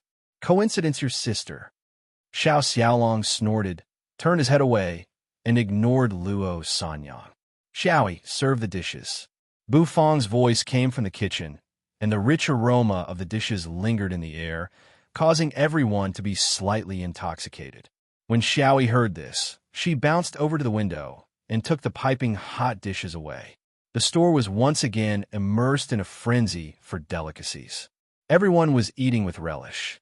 After most of the customers had finished their food, paid the bill, and left, the store finally began to slowly return to its desolate state. "Owner Bu, you should be free now, right?" Luo Sanyang asked grumpily, stroking her slightly bulging belly. "Boo boo boo ti boo s boo su." He wiped his and boo. Fong said, "Why boo while? Say it. What is it?" "I can't guarantee that I can complete any ordinary task," Bufang said calmly.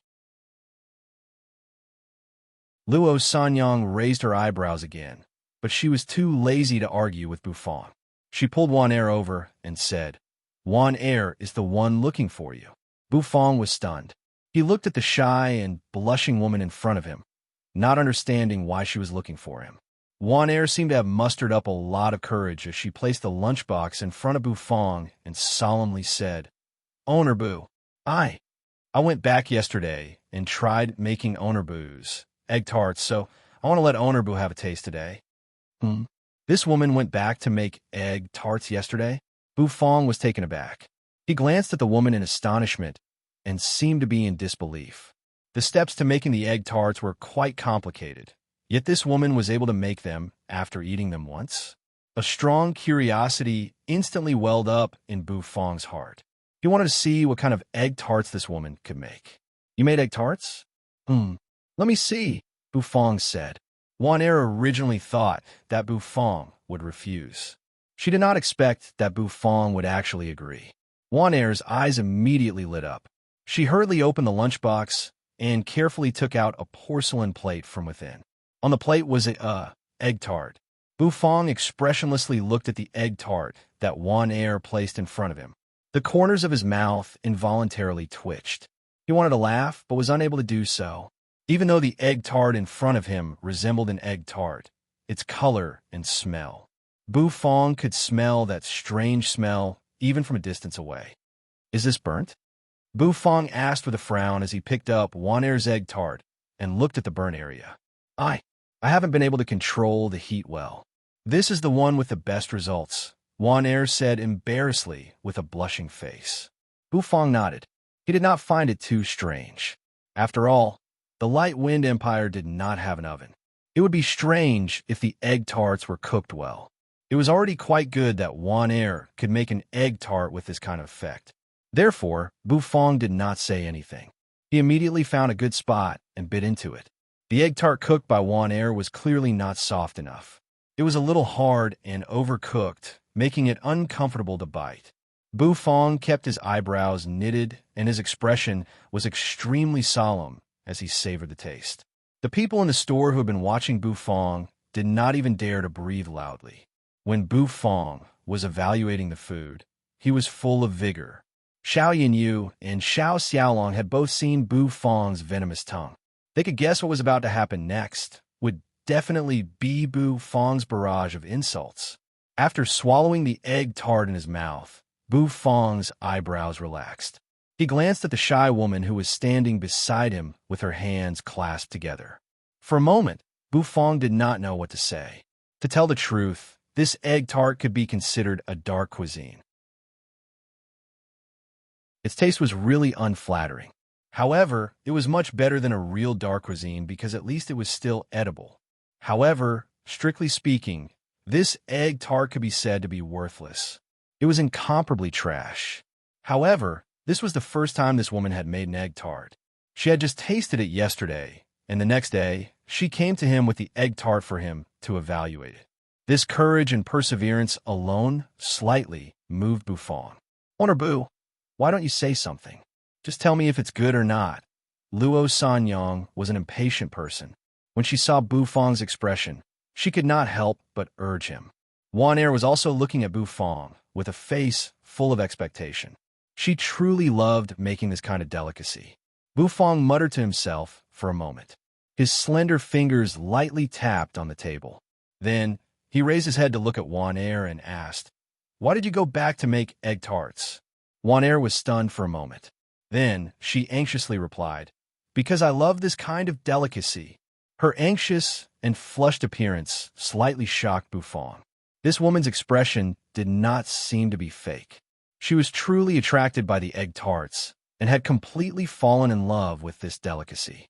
Sometimes, delicacies had this kind of magical power, causing people to be completely immersed and unable to extricate themselves. Perhaps it was only the first time you tasted it, but you would already be attracted by this strange magical power. Just like how Wan Er was attracted by the egg tarts. Bu Fong lightly exhaled and placed the egg tart that he had taken a bite of on the porcelain plate. He raised his gaze and looked at Wan Er. "My evaluation of your egg tarts is very simple." Luo Sanyang and the others immediately perked up their ears in curiosity. Bu Fong indifferently glanced at them and said, "Disgusting."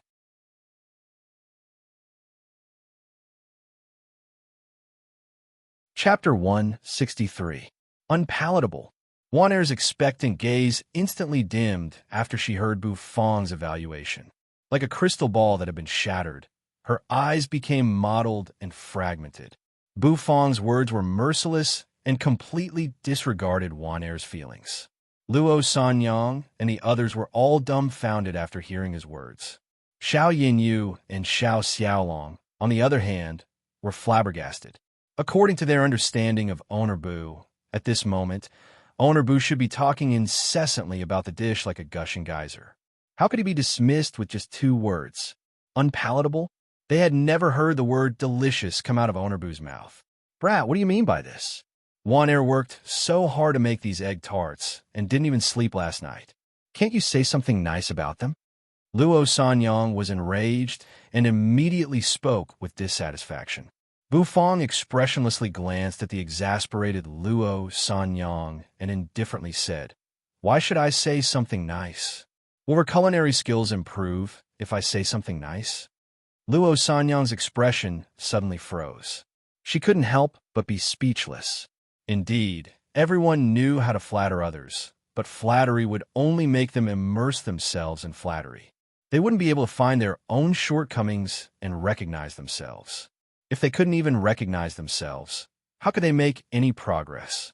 I don't have anything to comment on your egg tarts. They are just unpalatable, or should I say, hard to swallow. Bufang looked at Wanair.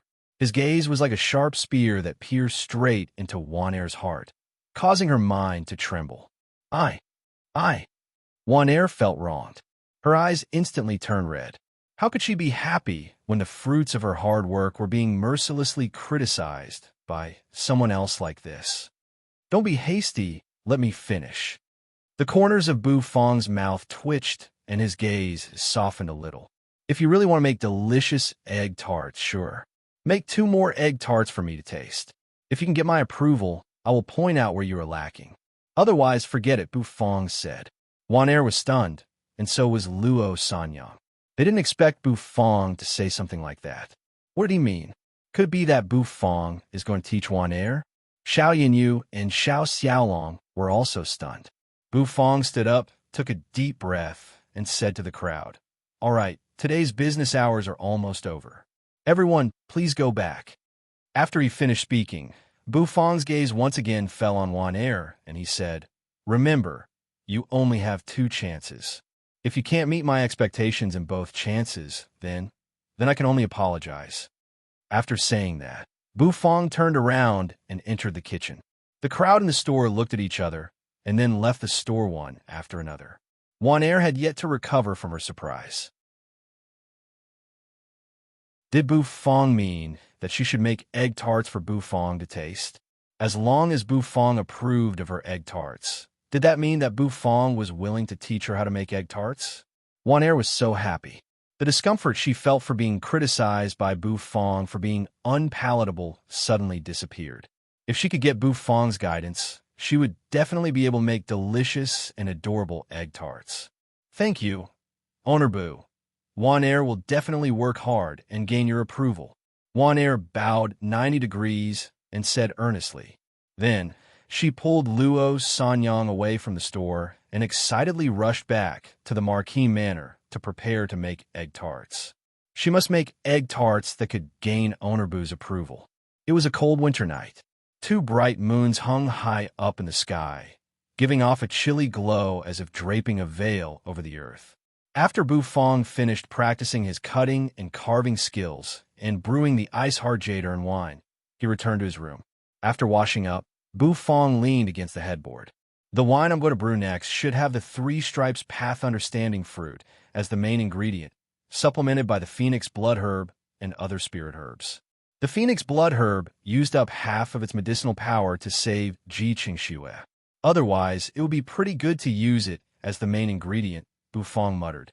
However, at the moment, other than the 3 stripes path understanding fruit and the phoenix blood herb, he did not have many other spirit herbs. Therefore, he needed to start considering the other spirit herbs.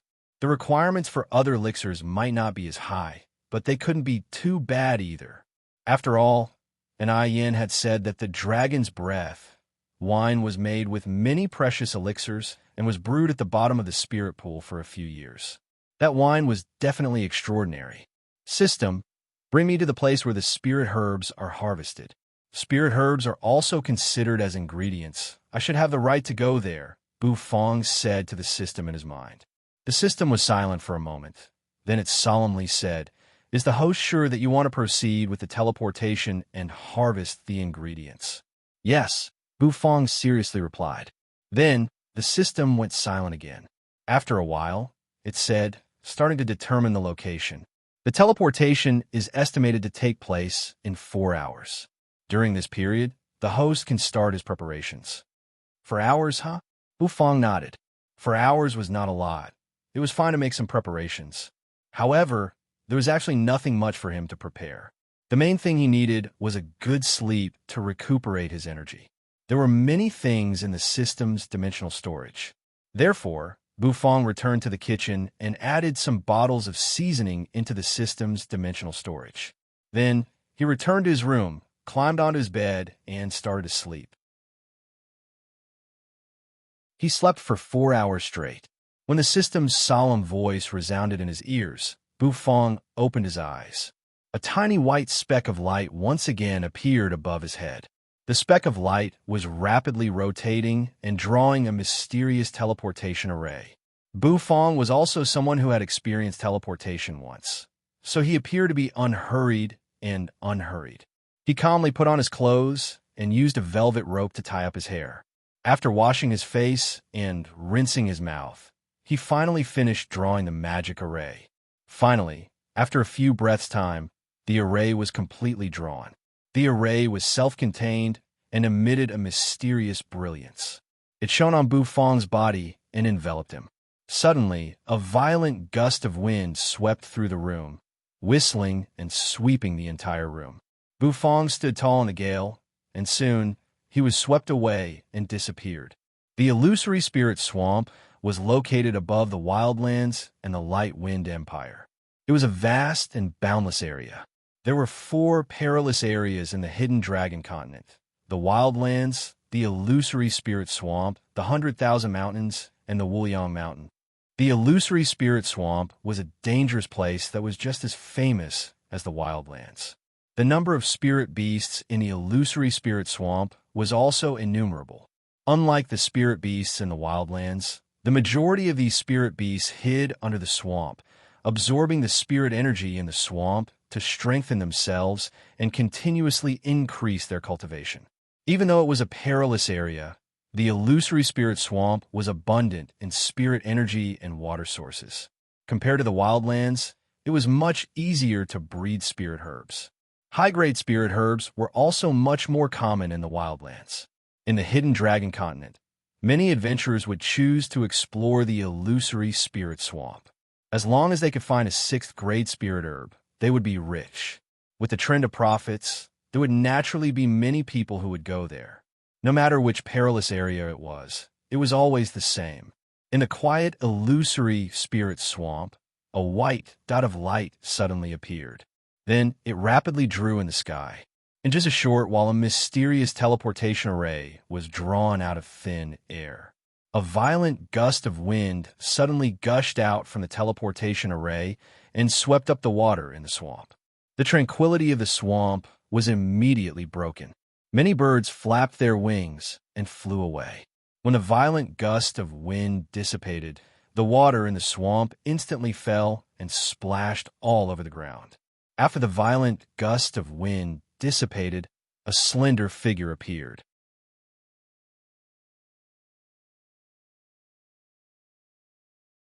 Chapter 164. The boundless illusory spirit swamp glowed brightly under the sunlight. Many spirit birds, attracted by the noise, flapped their wings and flew away. As Bufong stepped on the slightly soft, almost sunken swamp, his eyebrows involuntarily twitched. Where is this? Bufong's complexion was a little dark. He realized that this place was not the wildlands that he had been to before. Instead, it was an unfamiliar area. At a glance, there were pits and puddles everywhere, and green grass grew all over the place. As he took a step forward, the soft ground caused Bufong's heart to palpitate. According to the terrain, this place should be a swamp. The puddles and green grass everywhere were completely different from the wildlands. This system, just which corner did it throw me into? What kind of precious spirit herb could there be in this place? Did the system have a screw loose? It accidentally teleported him to the wrong place. After circulating the true energy within his body and covering the soles of his feet, Bufong felt that he could safely walk on the swamp.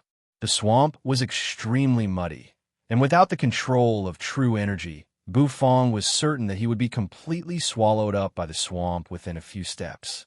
A 5th-grade Battle King possessed a high amount of true energy. Controlling true energy to the soles of one's feet and walking on the water was not a very advanced technique. Basically, every Battle King could do it. Since Bufong's control of true energy was much stronger than the average Battle King, it was not strange for him to be able to do it. The sound of the soles of his feet colliding with the water surface became somewhat distant in this boundless and empty area. All kinds of strange noises continuously rang out from within the swamp, causing Bufong to involuntarily furrow his brows and become somewhat vigilant. Quickly find the spirit herb and quickly return. This environment is really making my whole body feel uncomfortable, Bufong muttered and then continued walking forward. As one of the four most dangerous places in the hidden dragon continent, how could there not be any spirit herbs growing here? Bufong walked alone. As he walked, his gaze fell on his surroundings, as if he was searching for something, hoping to find a spirit herb. Bufong took a step forward. Suddenly, the water under his feet undulated. Bufong calmly glanced down and discovered that the water under his feet suddenly surged up and fell with a splash. When it fell, it was mixed with a lot of mud. This was an extremely ugly spirit beast. It was not very large, but its sudden appearance still caused Bufong to slightly frown. It looked like a toad and was covered in rotten, pitch-black mud. It emitted a foul smell. Its cheeks were bulging and its round eyes were fixated on Bufong. This should be a third-grade spirit beast. The spirit energy pressure on its body is so weak. Bufong indifferently glanced at the toad and softly said.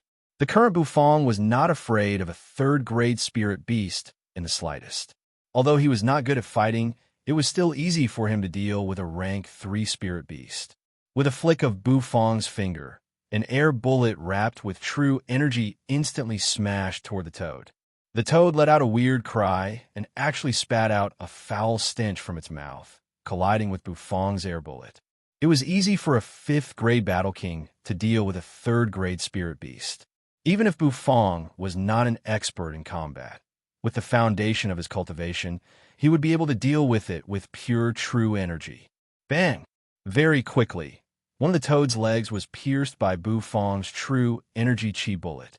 With a miserable shriek, it dived back into the swamp once again, leaving behind a trail of stinky black soil. Along with some water foam, it disappeared in an instant. Bufong did not chase after it, or rather, he was too lazy to chase after it. Bufong did not even have the appetite to use this toad-like spirit beast as an ingredient. Thus, Bufong didn't pay any attention to him. He continued to step on the puddles, moving forward.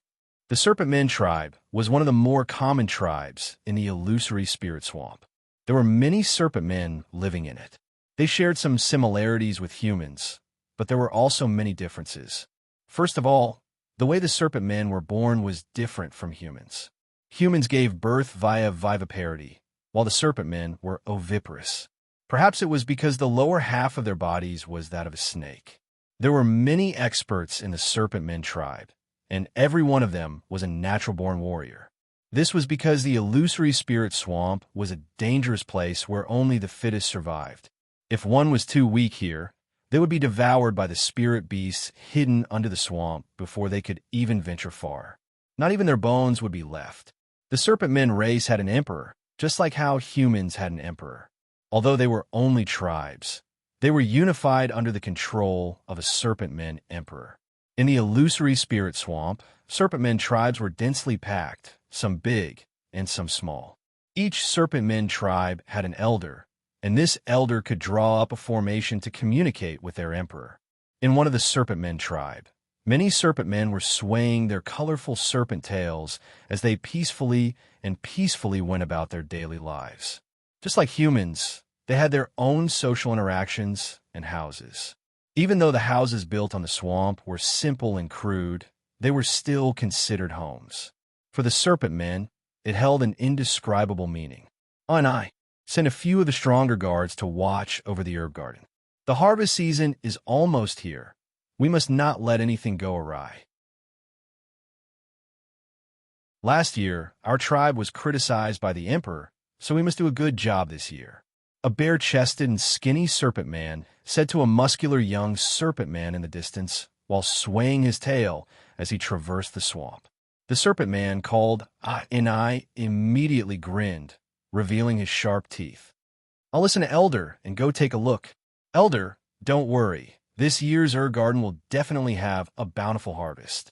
Many of the spirit herbs can be harvested, especially that ice soul monarch lotus, which is about to mature.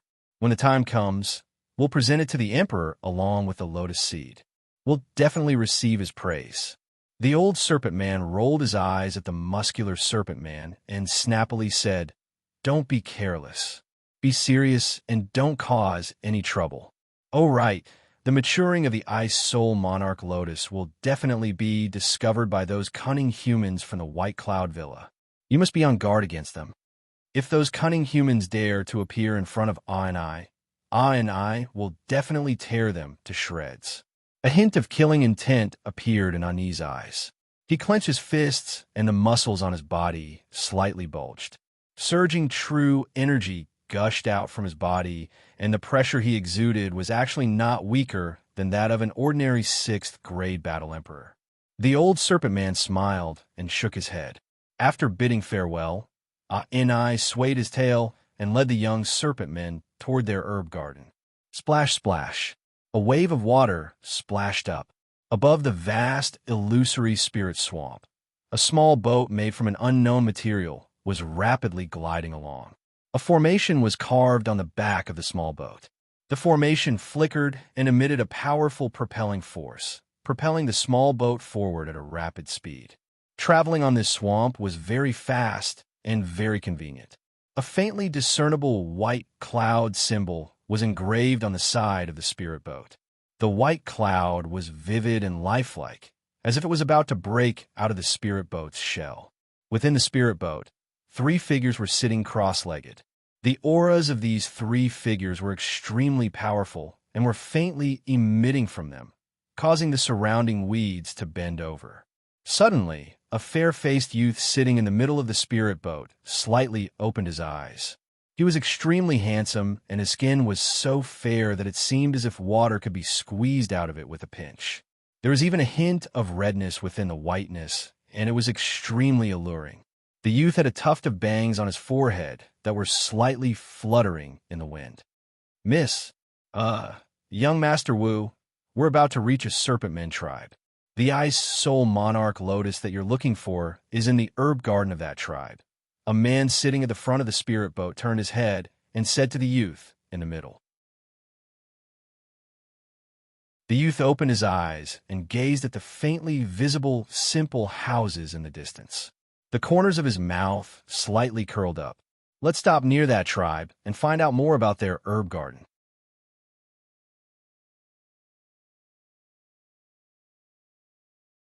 Chapter 165. Brother I and I. Hello, Brother I and I. Are you here to visit the herb garden? Brother Ani's cultivation level is getting stronger and stronger. His true energy is so rich. I and I held his chest high as his serpentine tail lightly slid across the moist swamp. His muscular upper body was bare, revealing his sturdy muscles. There were also many strange patterns engraved on his body, which gave an a sense of savagery. As I and I walked, the serpent men on both sides respectfully nodded and greeted him. Some of them had expressions of respect on their faces, while others were looking at and I with envy. I and I was not the most powerful serpent man in their tribe, but he was the serpent man that the chief and elders thought the most highly of. This was because of his youth. Ani's cultivation level was a 6th grade battle emperor, and he often entered the illusory spirit swamp to hunt powerful spirit tail crocodiles.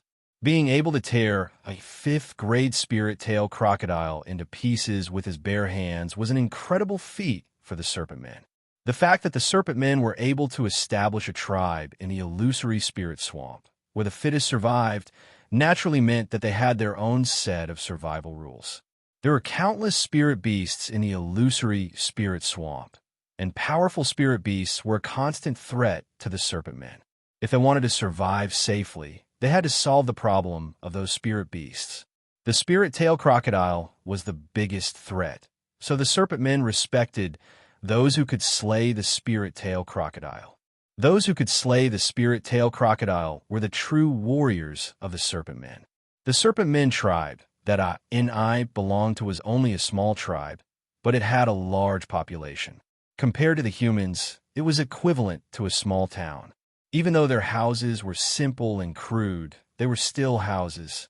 Row after row of furnishings gave them the feeling of a town. I once heard from the elders that in a corner of the illusory spirit swamp, there was a large city built by the experts of the serpent men tribe.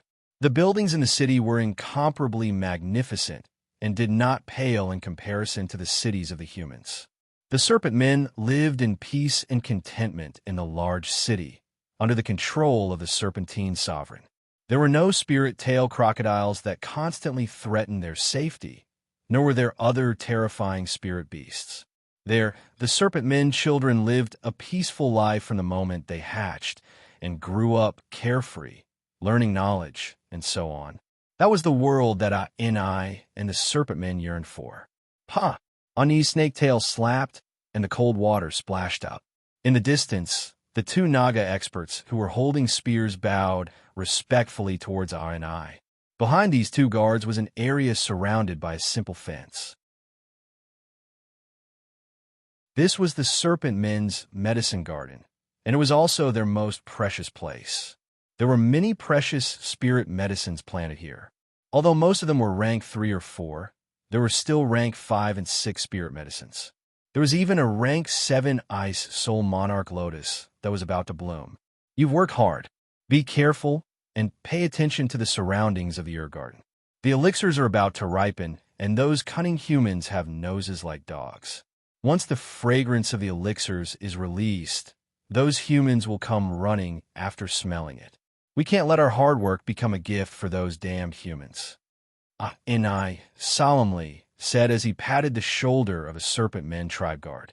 The serpent man guard immediately heaved a sigh of relief and solemnly nodded. The corners of Ani's mouth curled up. He swayed his waist as he crawled toward the herb garden and quickly entered it.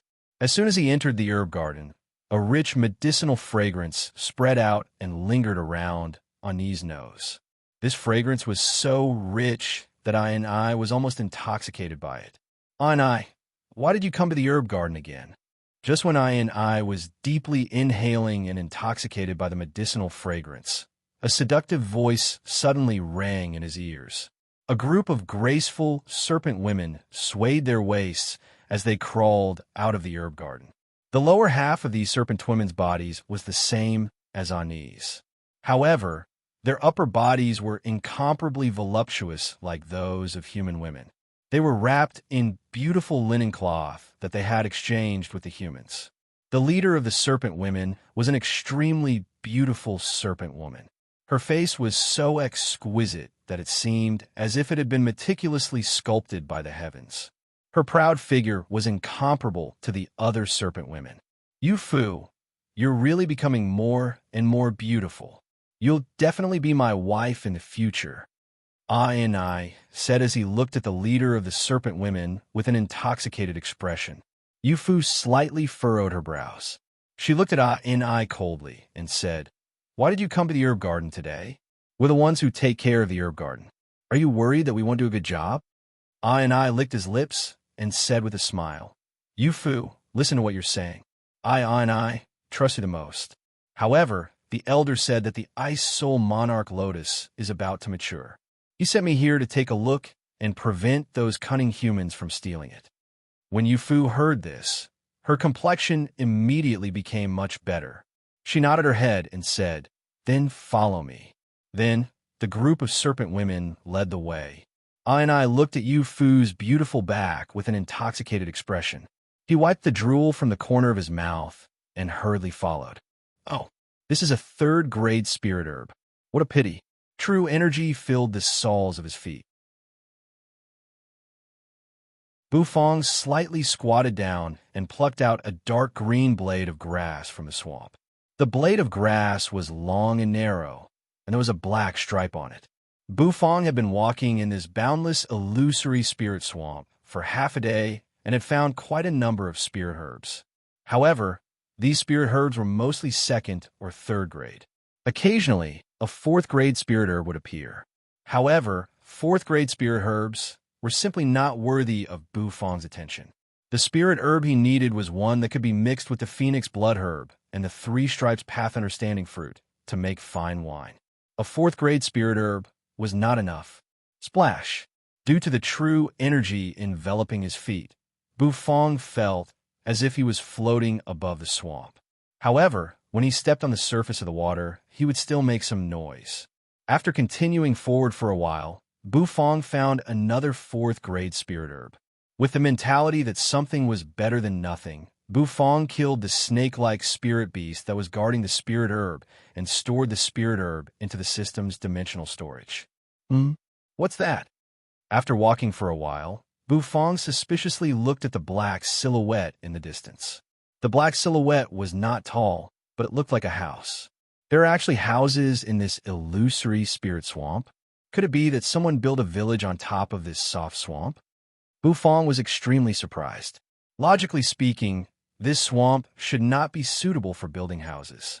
Despite his doubts, Bufong was still relatively happy. At least, he could sense signs of human activity. Therefore, Bufong quickened his pace and headed into the distance. Just as Bufong was gradually approaching the cluster of buildings, a silhouette rapidly approached from afar. With a splash, it passed in front of Bufong, causing the water to splash toward Bufong. Fortunately, Bufong's cultivation was not weak. With a true energy barrier, he blocked all the water. Bufong expressionlessly glanced at the wooden boat-like object speeding by, and the corners of his mouth twitched. As expected, there should be people living here. It suddenly became lively. That spirit boat-like object was really quite convenient to travel in this swamp. The spirit boat came to a stop and 3 figures stepped out from it. Their feet were also covered with true energy, allowing them to stand steadily on the swamp. The spirit boat was kept by the Shao-Bai-faced youth standing in the middle with a wave of his hand. Young Master Wu, just now, was there a human standing beside the road? One of the men recalled the scene when the spirit boat flew by and seemed to have caught a glimpse of a human figure. He could not help but ask the young Master Wu. The woman who was addressed as young Master Wu. Oh, the woman dressed as a man, calmly glanced at the man who asked the question and said, "What does it have to do with us whether he's a human or not? Our target is the Ice Soul Monarch Lotus. As long as that human doesn't interfere with our business, let him be. After all, this is not our White Cloud Villa, but the Serpent Men tribe." The subordinate nodded with a solemn expression. The Serpent Men tribe could not be underestimated. He did not dare to be careless, especially when the young Master Wu was around. The young Master Wu's identity was special, and he could not afford to get hurt. Let's go. We are currently at the back of the Serpent Men tribe. That should be the herb garden. Let's find an opportunity to sneak in, the young Master Wu said with a hint of excitement on his face. The subordinate smiled bitterly and could only nod his head. One of them stayed behind to keep watch while the young Master Wu and the other subordinate walked toward the broken fence in the distance. That was the back door of the Serpent Men tribe's herb garden.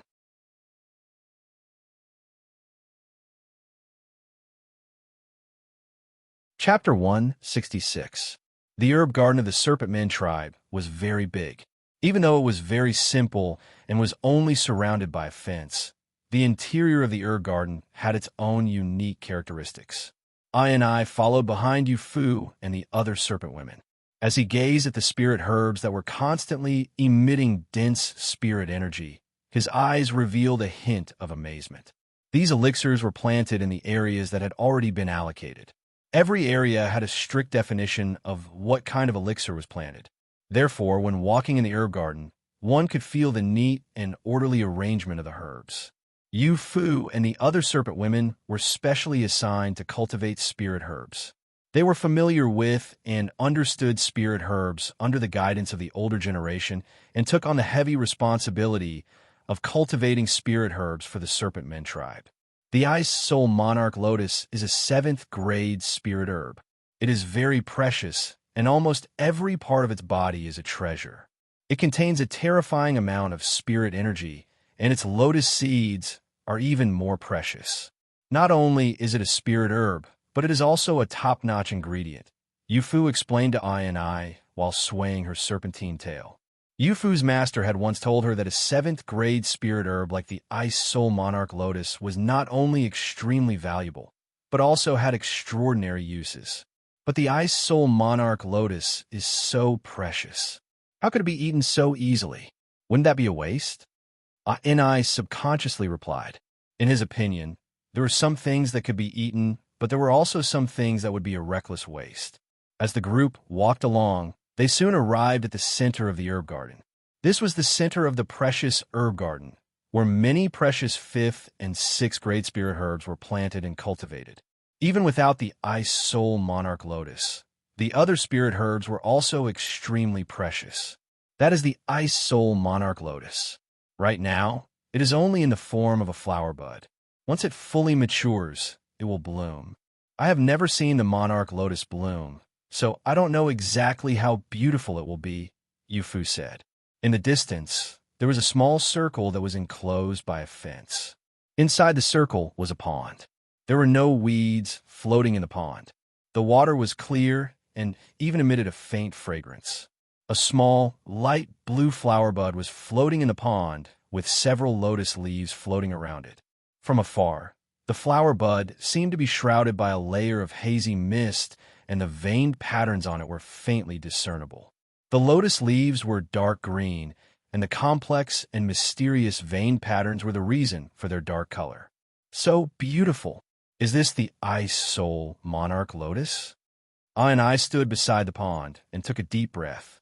He could not help but exclaim as he felt the rich spirit energy gushing into his nostrils. Of course. No one can resist the beauty of the Ice Soul Monarch Lotus. The moment it ripens, the Ice Soul Monarch Lotus will bloom. At that time, it will be even more beautiful. It's a pity that the Monarch Lotus blooms too quickly. According to my master, it will only take a few breaths' time. A look of yearning and pity appeared on Yufu's exquisite face. The corners of Ani's mouth curled up. Then he scanned his surroundings and said with a smile, "There is still about half a day before the monarch blooms."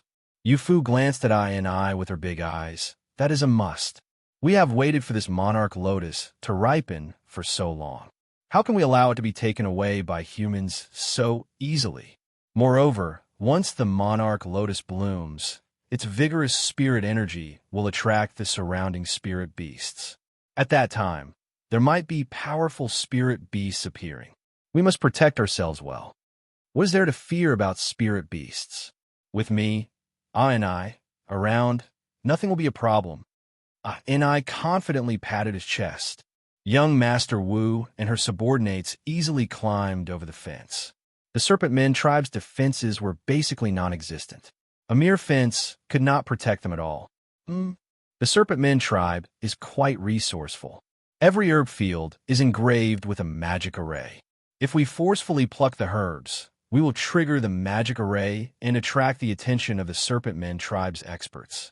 No wonder they only set up a fence, young Master Wu muttered with a slight frown. Since he knew the Serpent Men tribe's setup, young Master Wu could not be bothered to look at the low-grade spirit herbs. To him, these spirit herbs were not valuable at all. In the White Cloud Villa, there were countless 4th and 5th grade spirit herbs. One must know that the real, flourishing herb field in the villa was many times larger than the Serpent Men tribe's herb field. If it was not for the 7th grade spirit herb, Ice Soul Monarch Lotus, young Master Wu would not even bother to come here. Young Master Wu, the herb field in front is exuding a rich spirit energy. Let's go there, the subordinate said to young Master Wu after sensing the spirit energy.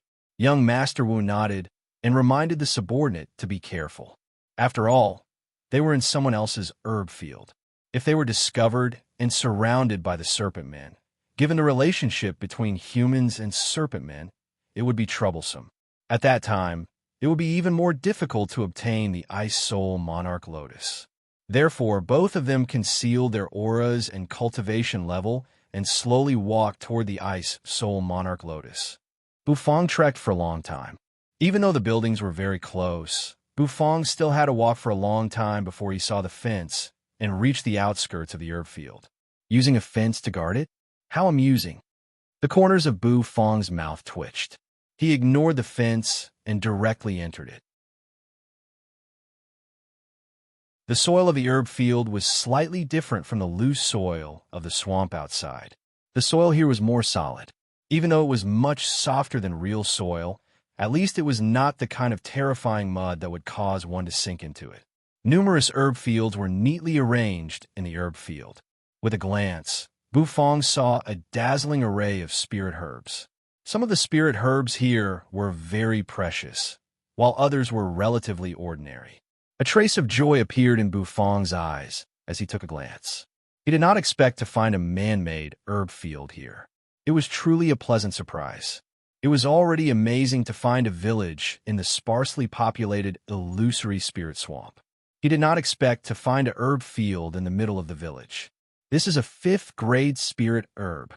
It's quite precious, yet it was left here just like that. Bufong puzzledly looked at a spirit herb that resembled a butterfly. He squinted his eyes and squatted in front of it. The spirit energy above the spirit herb floated in an orderly manner and emitted a faint fragrance. Not bad. It would be pretty good if it could be used as a supplementary ingredient for spirit wine. The corners of Bufong's mouth twitched as his eyes lit up. Young Master Wu completely concealed his aura, and his subordinate did the same. This was a secret technique of the White Cloud Villa, the tortoise breathing technique.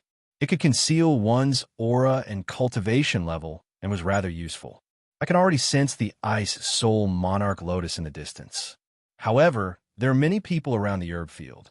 We have to be careful and not get discovered. The monarch lotus still needs some time to mature. We'll make our move once it matures, young Master Wu said. The subordinate solemnly nodded his head.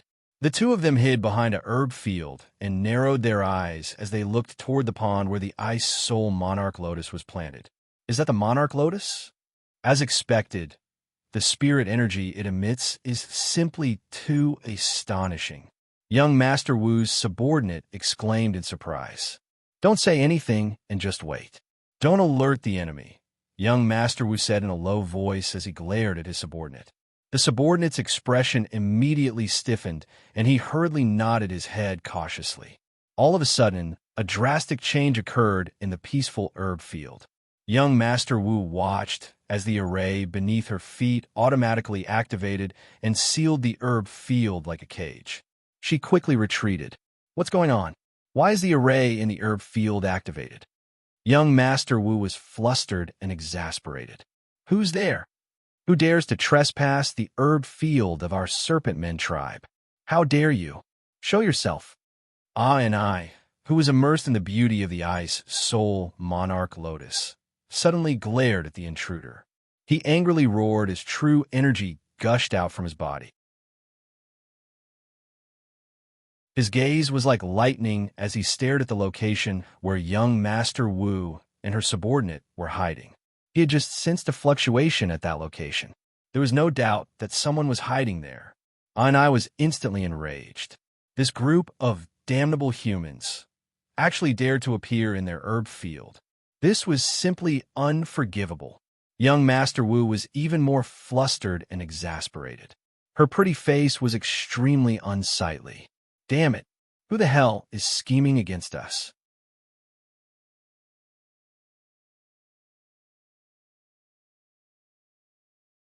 Chapter 167. Wu Yunbai, the young master of the White Cloud Villa, had displayed an astonishing talent for cultivation ever since she was a child and was heavily groomed by the master of the White Cloud Villa. She was now a 6th-grade battle emperor and was only a step away from becoming a 7th-grade battle saint. She was known as the pride of the younger generation. If not for her identity as a woman, she would have long been designated as the successor of the White Cloud Villa. The White Cloud Villa was an extremely powerful force in the illusory spirit swamp. It was not a sect, but it was even more terrifying than a sect. Perhaps only the Celestial Arcanum sect could contend against it, and the master of the White Cloud Villa was a figure with an exceedingly high cultivation. At this moment, Wu Yunbai's complexion was extremely unsightly. The magic arrays of the Serpent Men's herb fields had been activated, and each field was shrouded by a mysterious magic array. It was impossible for them to make a move without alerting anyone. Ah and I, Yu Fu, and the rest of the Serpent Men also noticed Wu Yunbai and her group. They immediately shouted and charged toward Wu Yunbai and her group. Terrifying true energy burst forth from the Serpent Men, especially Ah and I, who resembled a fearsome beast. The aura on his body was extremely vicious. His eyes were incomparably sharp, and the muscles on his upper body bulged like a horned dragon. When the guard beside Wu Yunbai realized that his identity had been exposed, he let out an angry roar. Every hair on his body stood on end, and his eyes were as wide as copper bells. With a push of his palm, the surging clouds around him immediately pressed toward the Serpent Man. Cloud-expelling palm. Ani's eyes turned cold. The corners of his mouth curled up, revealing his razor-sharp teeth. The ruthlessness in his eyes intensified. You guys really are from the White Cloud Villa. You want the Ice Soul Monarch Lotus, right? I won't let you have your way. I sneered. With a clap of his hands, true energy emerged, and he abruptly pulled them apart. A pitch-black spear appeared in his hands. Tie them up, don't kill them. After all, we're only here to ask for the medicine. Wu Yunbai had also calmed down. Her fair face was calm. She glanced at I and his group of serpent men, slightly frowned, and said to her subordinate. At this moment, the subordinate no longer had the silly look from before. Instead, he curled the corners of his lips in an unfathomable manner and said, "Don't worry, Mississippi. I understand." Wu Yunbai glared at him. "What did you call me? Call me young Master Wu or young master?" The subordinate let out a dry cough, then turned to I and the others. He grinned, and the aura from his body suddenly gushed out. A terrifying pressure pressed down like a mountain, causing the faces of I and the others to change abruptly. 7th grade Battle Saint. Oh no! Ani's expression changed slightly. He did not expect the person in front of him to be a 7th grade Battle Saint. Battle Saints had a prominent status even in the White Cloud Villa. How could they become the subordinate of this Xiao Bai? Could it be that the identity of this Xiao Bai's face was special? And I was not stupid. When he sensed that the other party was a 7th grade Battle Saint, and I pondered a lot and even made some guesses about Wu Yunbai's identity. However, he did not have the luxury of time to think too much. The strength of a 7th grade Battle Saint was not something I could deal with. Although the difference between 6th grade and 7th grade seemed to be only 1 grade, the gap between them was enormous and basically insurmountable. However, I was not too worried because the other party had a 7th grade Battle Saint. His Serpent Men tribe also had elders guarding the herb garden, and the Serpent Men elders were also Battle Saints. As expected, when Ani's mind flickered, the terrifying aura of a 7th grade Battle Saint surged out from behind him. Bu Fong grinned as he looked at the spirit herb that was enveloped by the magic array. Sure enough, how could a spirit herb be planted in such a simple and crude herb garden without any protective measures? This magic array seemed to be very complicated, so it was obviously not ordinary. Bu Fong extended a finger and poked at the magic array. A numbing feeling like an electric current coursing through his body made him narrow his eyes. Standing up, Bu Fong looked at the spirit herbs around him. Basically, the magic array in every herb garden had been activated. It seemed like he had accidentally done something incredible. The true energy aura of a 7th grade Battle Saint? Bu Fong stood ramrod straight and suddenly felt waves of terrifying aura coming from not far away. Bu Fong was no stranger to the pressure mixed within the true energy. Bu Fong had seen many 7th grade Battle Saints, such as Xiao Ming, Zhao Musheng, and so on. Therefore, he was very familiar with the true energy fluctuations of this level. He did not expect that there were actually 7th grade Battle Saints fighting in this simple herb garden. There was a 7th grade Battle Saint in this remote place? The corners of Bu Fong's mouth twitched. He once again glanced at the spirit herbs that were shrouded by the magic array. Bu Fong was too lazy to harvest them and continued walking forward. It was impossible for two seventh-grade battle saints to fight for no reason. There must be something good that caused them to fight. In this garden, the only thing that could cause two seventh-grade battle saints to fight over was probably some high-grade spirit herbs. At the thought of spirit herbs, Bu Fong became spirited. Wasn't the purpose of his trip to find spirit herbs? As he walked forward and made a few turns, Bu Fong was suddenly startled. He saw several figures galloping toward him from afar. Mermaids? Bu Fong was dumbfounded and muttered. However, upon closer inspection, he realized that these figures were not the legendary mermaids. The upper bodies of these people were similar to humans, but their lower bodies were densely covered with scales that wriggled like long snakes. The serpent men, Bu Fong exclaimed inwardly.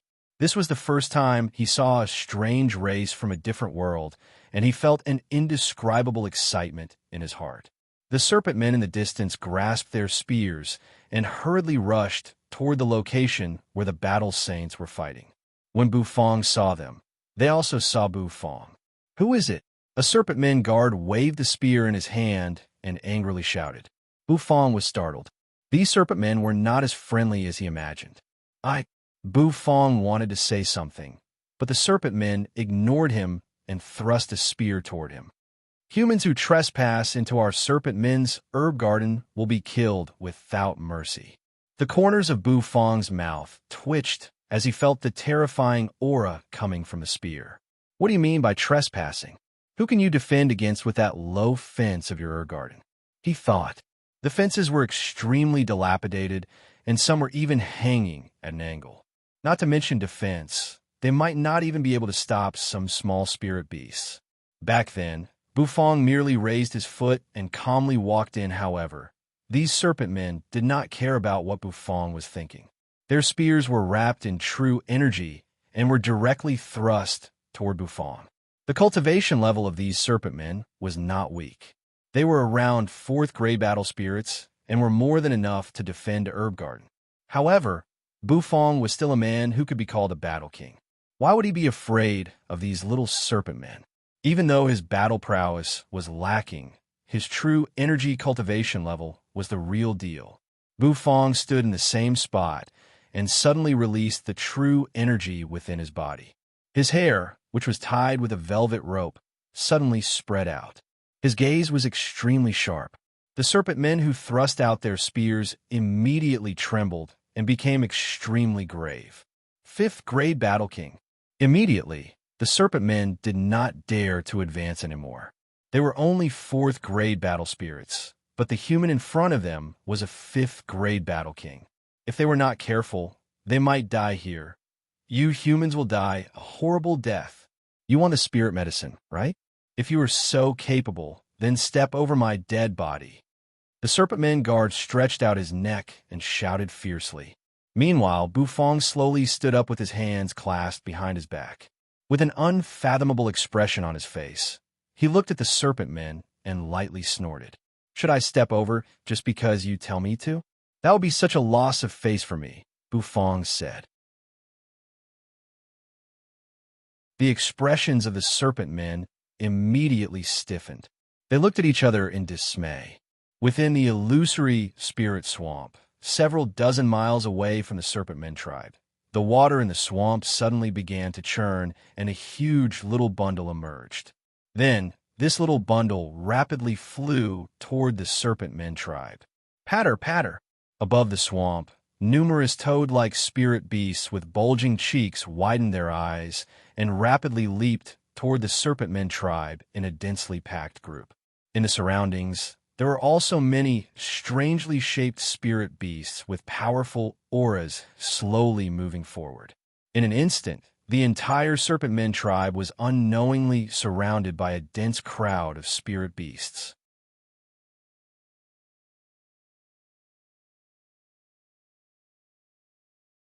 Chapter 168. Miss, hurry up and leave. I'll stop that serpent man elder.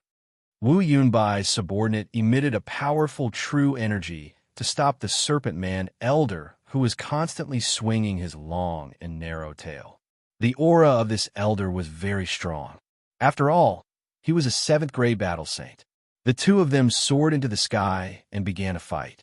Since they were in the herb garden, they were not far from the ice soul monarch lotus. They did not want to damage the monarch lotus during a fight. That would not be worth it. Therefore, the two of them reached an agreement and soared into the sky. Wu Yunbai calmly glanced at the battle in the sky, then stood with her hands behind her back and unhurriedly retreated. "Human, where do you think you're going?" Enai angrily roared and ruthlessly swung a spear at Wu Yunbai, as if it was going to tear the air apart. Wu Yunbai furrowed her brows.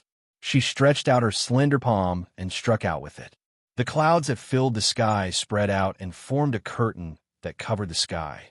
By the time Enai rushed out of the hazy clouds, he had already lost sight of Wu Yunbai. This caused him to let out a furious roar. He was extremely disgruntled. With a swing of his serpent tail, he darted into the distance in pursuit of Wu Yunbai.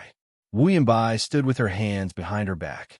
The tips of her feet lightly tapped the ground, and with every step she took, she rapidly traveled a great distance. Suddenly, her figure slightly trembled and stopped. She suspiciously looked into the distance. There, a skinny young man was holding a kitchen knife? Wu Yunbai's expression suddenly became extremely strange. Why would there be a human holding a kitchen knife in the Serpent Men herb garden? Moreover, in front of that human were 3 serpent men crawling on the ground. At this moment, the 3 serpent men crawling on the ground were no longer as arrogant as before. At this moment, all that was left in their hearts was fear. This was all because of nothing else but the damned kitchen knife in the hands of this damned human. The moment that kitchen knife appeared, they could feel a throbbing sensation that seemed to come from the depths of their blood vessels. It made it difficult for the true energy in their bodies to circulate and completely restricted, rendering them immobile. Was that really a kitchen knife? Who exactly was this human in front of them? At this moment, the 3 serpent men even had the urge to curse in their hearts. Their strength was already inferior to this human, but this human had a kitchen knife that could suppress them. How were they supposed to fight? Bufong indifferently swept his gaze over the 3 serpent men lying on the ground and curled up the corners of his mouth. Even though the serpent men were half human and half snake, they still possessed the bloodline of a snake. Snakes and dragons had an inseparable relationship. The golden dragon bone kitchen knife contained a terrifying dragon might, so it was naturally able to suppress the serpent men. After twirling his blade for a while, Bufong ignored the 3 serpent men and slowly walked away. Wu Yunbai also walked out of the white mist with her hands behind her back, coincidentally bumping into Bufong. Wu Yunbai's gaze fell on Bufong. She sized up the skinny young man before her with a hint of suspicion in her eyes. This young man was only a 5th grade battle king. Where did he get the courage to step into the serpent men's herb garden alone? Even though the serpent men tribe here was only a branch of the serpent men tribe, there were still many powerful serpent men overseeing it. A 5th grade battle king was simply laughably weak. While Wu Yunbai was sizing up Bufong, Bufong was also sizing her up, sizing up the face of this Xiao Bai. Bufong clearly remembered that this Xiao Bai's face belonged to one of the people on the small boat that passed by earlier. It turned out that the other party's objective was also to come to this herb garden. "Who are you? Don't you know that this place is very dangerous?" Wu Yunbai opened her mouth and asked. Her voice was very cold, lacking the gentleness of an ordinary girl. "Hurry up and leave. There are 7th grade battle saints fighting inside. Don't go there, lest you get caught up in the crossfire."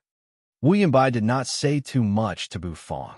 She only gave him a few friendly words of advice before stepping past Bufong and heading into the distance. However, just as Bufong's face was filled with bewilderment and he did not even avert his gaze, a figure charged out from the depths of the herb garden with a terrifying aura surging out. A long spear was thrusting toward Wu Yunbai's direction. Bufong blankly stood in the middle. He was the first to bear the brunt of the attack. "There's another human? How audacious! Do you really think that our Serpent Men tribe's herb garden is the backyard of your white cloud villa? Die. I shot a glance at Bu Fong's figure and immediately flew into a rage. He roared and pointed his long spear at Bu Fong. Wu Yunbai's footsteps suddenly stopped as she secretly cursed in her heart. If this young man was standing in front of her, he might be directly stabbed to death by An-Ni's spear. With An-Ni's cultivation level as a 6th grade battle emperor, stabbing a human 5th grade battle king to death who was using a kitchen knife as a weapon was a piece of cake. Wu Yunbai turned around, intending to warn Bu Fong. However, the next scene made her dumbstruck and incredulous. Bu Fong frowned as he watched the long spear that was continuously enlarging in front of him. Goosebumps rose all over his body. His pupils constricted as he subconsciously swung the dragon bone kitchen knife in his hand. True energy surged into the knife, and it immediately blossomed with a resplendent golden radiance. The sharp pressure on the long spear was immediately dispersed by Bu Fong's kitchen knife. Then, the kitchen knife that was blossoming with a resplendent golden radiance was placed horizontally in front of Bu Fong. Boom!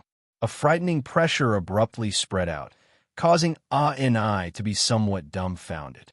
His face instantly turned deathly pale as he felt a wave of pressure instantly pressing down on his body, causing him to lie flat on the ground.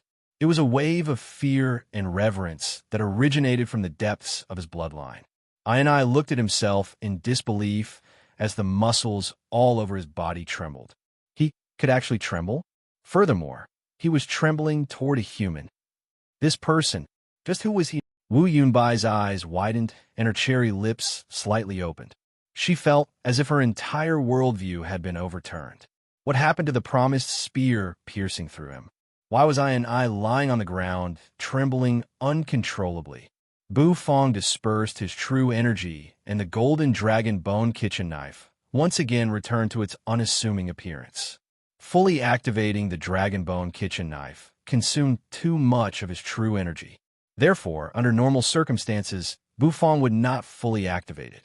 I felt the pressure on his body lessen significantly. He raised his head with difficulty and ferociously looked at Bu Fong.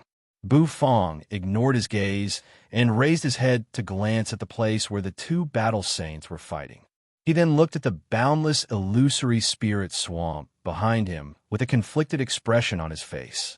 Wu Yunbai calmed down from the shock in her heart. She could not help but feel curious about Bu Fong as she calmly said, "It's better if you don't go in. A battle between 7th grade battle saints is very terrifying." Bu Fong glanced at her and frowned. What are 7th grade battle saints fighting for? You don't know? Wu Yunbai was slightly taken aback. Could it be that the reason this human came to the herb garden with such great fanfare was not for the ice soul monarch lotus? Of course they're here for the spirit herb, Wu Yunbai said. Bu Fong nodded and replied, "Then all the more reason for me not to leave." Wu Yunbai was momentarily stunned. She felt that she had already made herself very clear. That was a battle between two 7th grade battle saints, and they were fighting over a spirit herb. What was a 5th grade battle king like him doing there? To court death? You're not leaving. Could it be because of that spirit herb? Wu Yunbai asked with a frown. Bu Fong gave her a puzzled look. He was obviously not leaving for the spirit herb. What else could it be? Of course, Bu Fong said. However, just as he finished speaking, the entire ground began to violently tremble. A rumbling sound suddenly surged out from beneath the ground. Wu Yunbai's pupils abruptly constricted as a chill enveloped her entire body. Bu Fong stood there expressionlessly.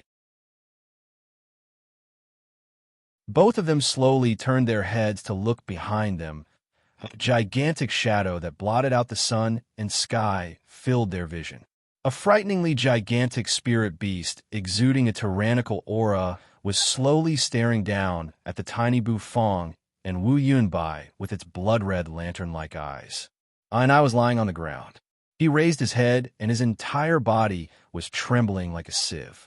His face was filled with terror. Seventh grade spirit beast, blood-crowned black swamp boa.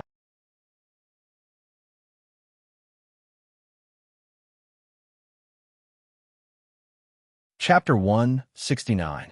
The blood-crowned black swamp boa was a powerful 7th-grade spirit beast that lived in the depths of the illusory spirit swamp. This spirit beast possessed the power of a 4th-grade spirit beast upon reaching adulthood and would molt once every 100 years. A 7th-grade black swamp boa was a terrifying existence that had molted 3 times and had a lifespan of several hundred years. The gigantic creature in front of them rushed out from the swamp. Its scales were glistening under the sunlight. Its eyes were as big as lanterns, and it was dozens of meters tall when it stood upright. On top of the black swamp boa's head was a ball of flesh that resembled a coxcomb.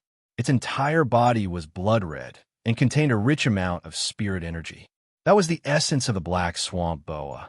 On both sides of the black swamp boa's cheeks were fan-shaped membranes that resembled cobras.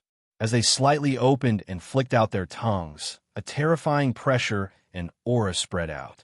This is a blood-crowned black swamp boa that is about to advance to 8th grade. It must have smelled the aura of the ice soul monarch lotus and rushed over. Wu Yunbai's expression was a little ugly. From afar, a figure rapidly dashed over and landed behind Wu Yunbai. It was the subordinate who was standing outside the herb garden as a lookout. At this moment, his expression was also very ugly. Young miss, the entire serpent men tribe is surrounded by spirit beasts. The poisonous frogs and spirit tail crocodiles have all appeared in groups. We have been surrounded. The guard's expression was a little dark. A 7th-grade blood-crowned black swamp boa, in addition to so many other spirit beasts. This was an extremely dangerous situation. Wu Yunbai did not expect that they would be in such a dangerous situation in an instant. Being surrounded by so many spirit beasts, it was extremely difficult to forcefully escape. Furthermore, it was extremely dangerous. Right now, the best thing to do was to run back into the Serpent Men tribe and let the 7th-grade battle saint deal with the blood-crowned black swamp boa. Run inside, Wu Yunbai indifferently said to Bu Fong, then took the lead and ran back in the direction she came from. Bu Fong was startled for a moment. As he glanced at the gigantic blood-crowned black swamp boa that seemed to blot out the sun, the corners of his mouth twitched. Then, he brandished the dragon bone kitchen knife in his hand and turned around to follow. He was not an idiot. In the face of this gigantic creature and the many spirit beasts surrounding him, avoiding them was the best thing to do. And I also crawled up from the ground, trembling, and led the 3 serpent men to flee in panic, following behind Bufong's footsteps. The eyes of the black swamp boa immediately shone brightly. Its gigantic body slowly moved forward, crushing everything in its way. And I turned his head around to take a glance, and when he saw so many herbal fields being destroyed by the black swamp boa and countless spiritual herbs being crushed, he felt so heartbroken that he found it hard to breathe. However, he did not dare to turn around. Although the Naga race had a natural suppressive power over snake-type spirit beasts, the humongous creature behind him was too terrifying. It was not something that the Naga race could suppress. Facing this terrifying black swamp boa, I could only choose to flee. Bu Fong expressionlessly followed behind Wu Yunbai and soon arrived at a spacious area. In the center of the area was a pond surrounded by a fence. In the middle of the pond was a light blue flower bud that was about to bloom. A rich amount of spirit energy was being emitted from the flower bud. Bu Fong's eyes immediately lit up. A 7th-grade spirit herb. It was actually a 7th-grade spirit herb. No wonder it could trigger a battle between 7th-grade battle saints, attract 7th-grade spirit beasts, and even a beast tide.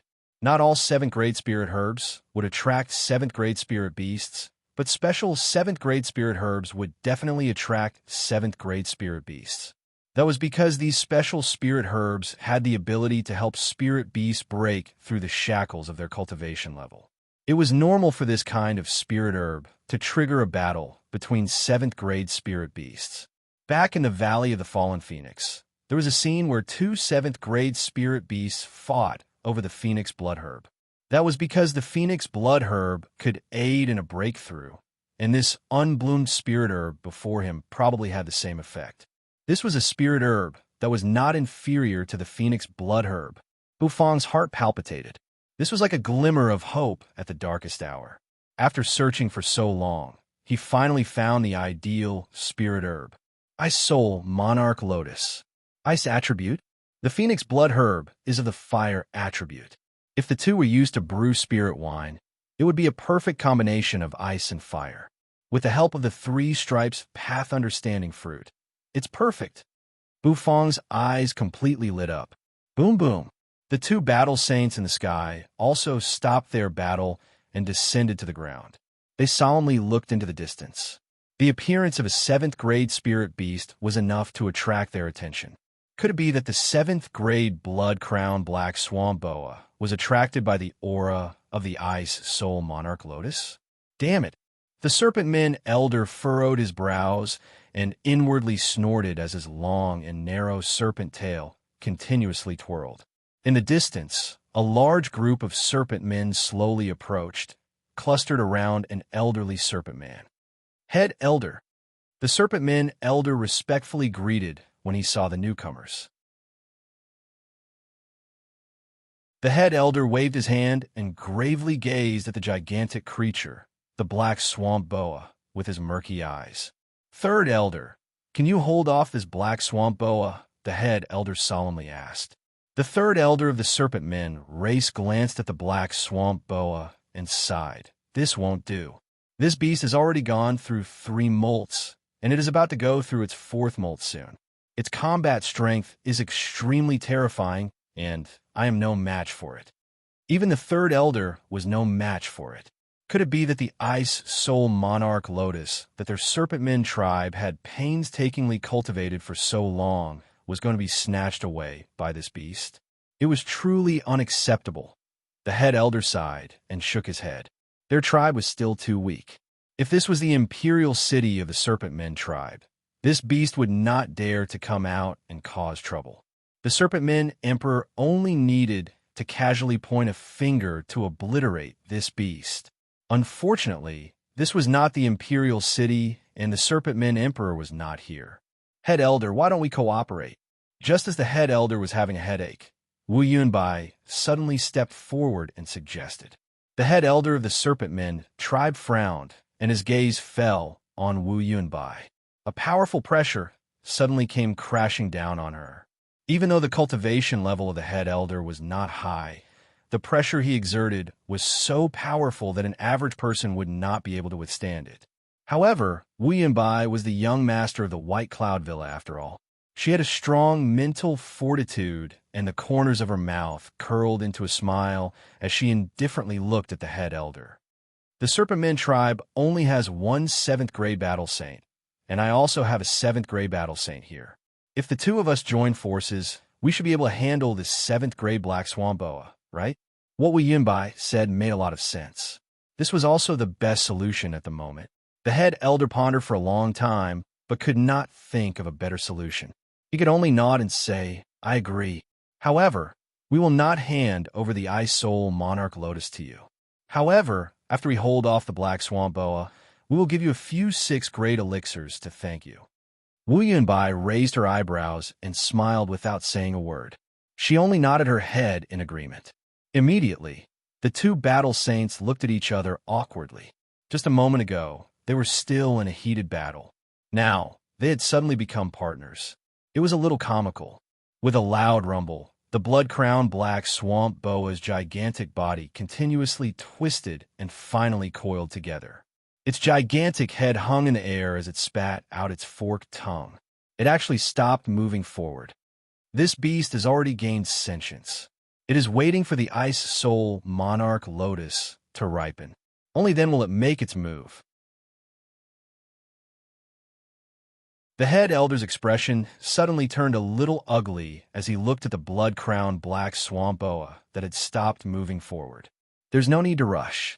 This is also a good opportunity for the 2 battle saints to recover their true energy, Wu Yunbai said with a smile. Bufang had been observing them the entire time. He stared at the Ice Soul Monarch Lotus and could not help but frown. A 7th grade spirit beast, 2 battle saints, the Serpent Men tribe. With so many obstacles in his way, it was almost impossible for him to obtain this elixir. However, if he wanted to brew a wine that could surpass dragon's breath, this ice soul monarch lotus was a must. Therefore, Bufong shifted his gaze away from the monarch lotus and looked at the elderly head elder. I would like to ask if I want this ice soul monarch lotus, will you guys agree?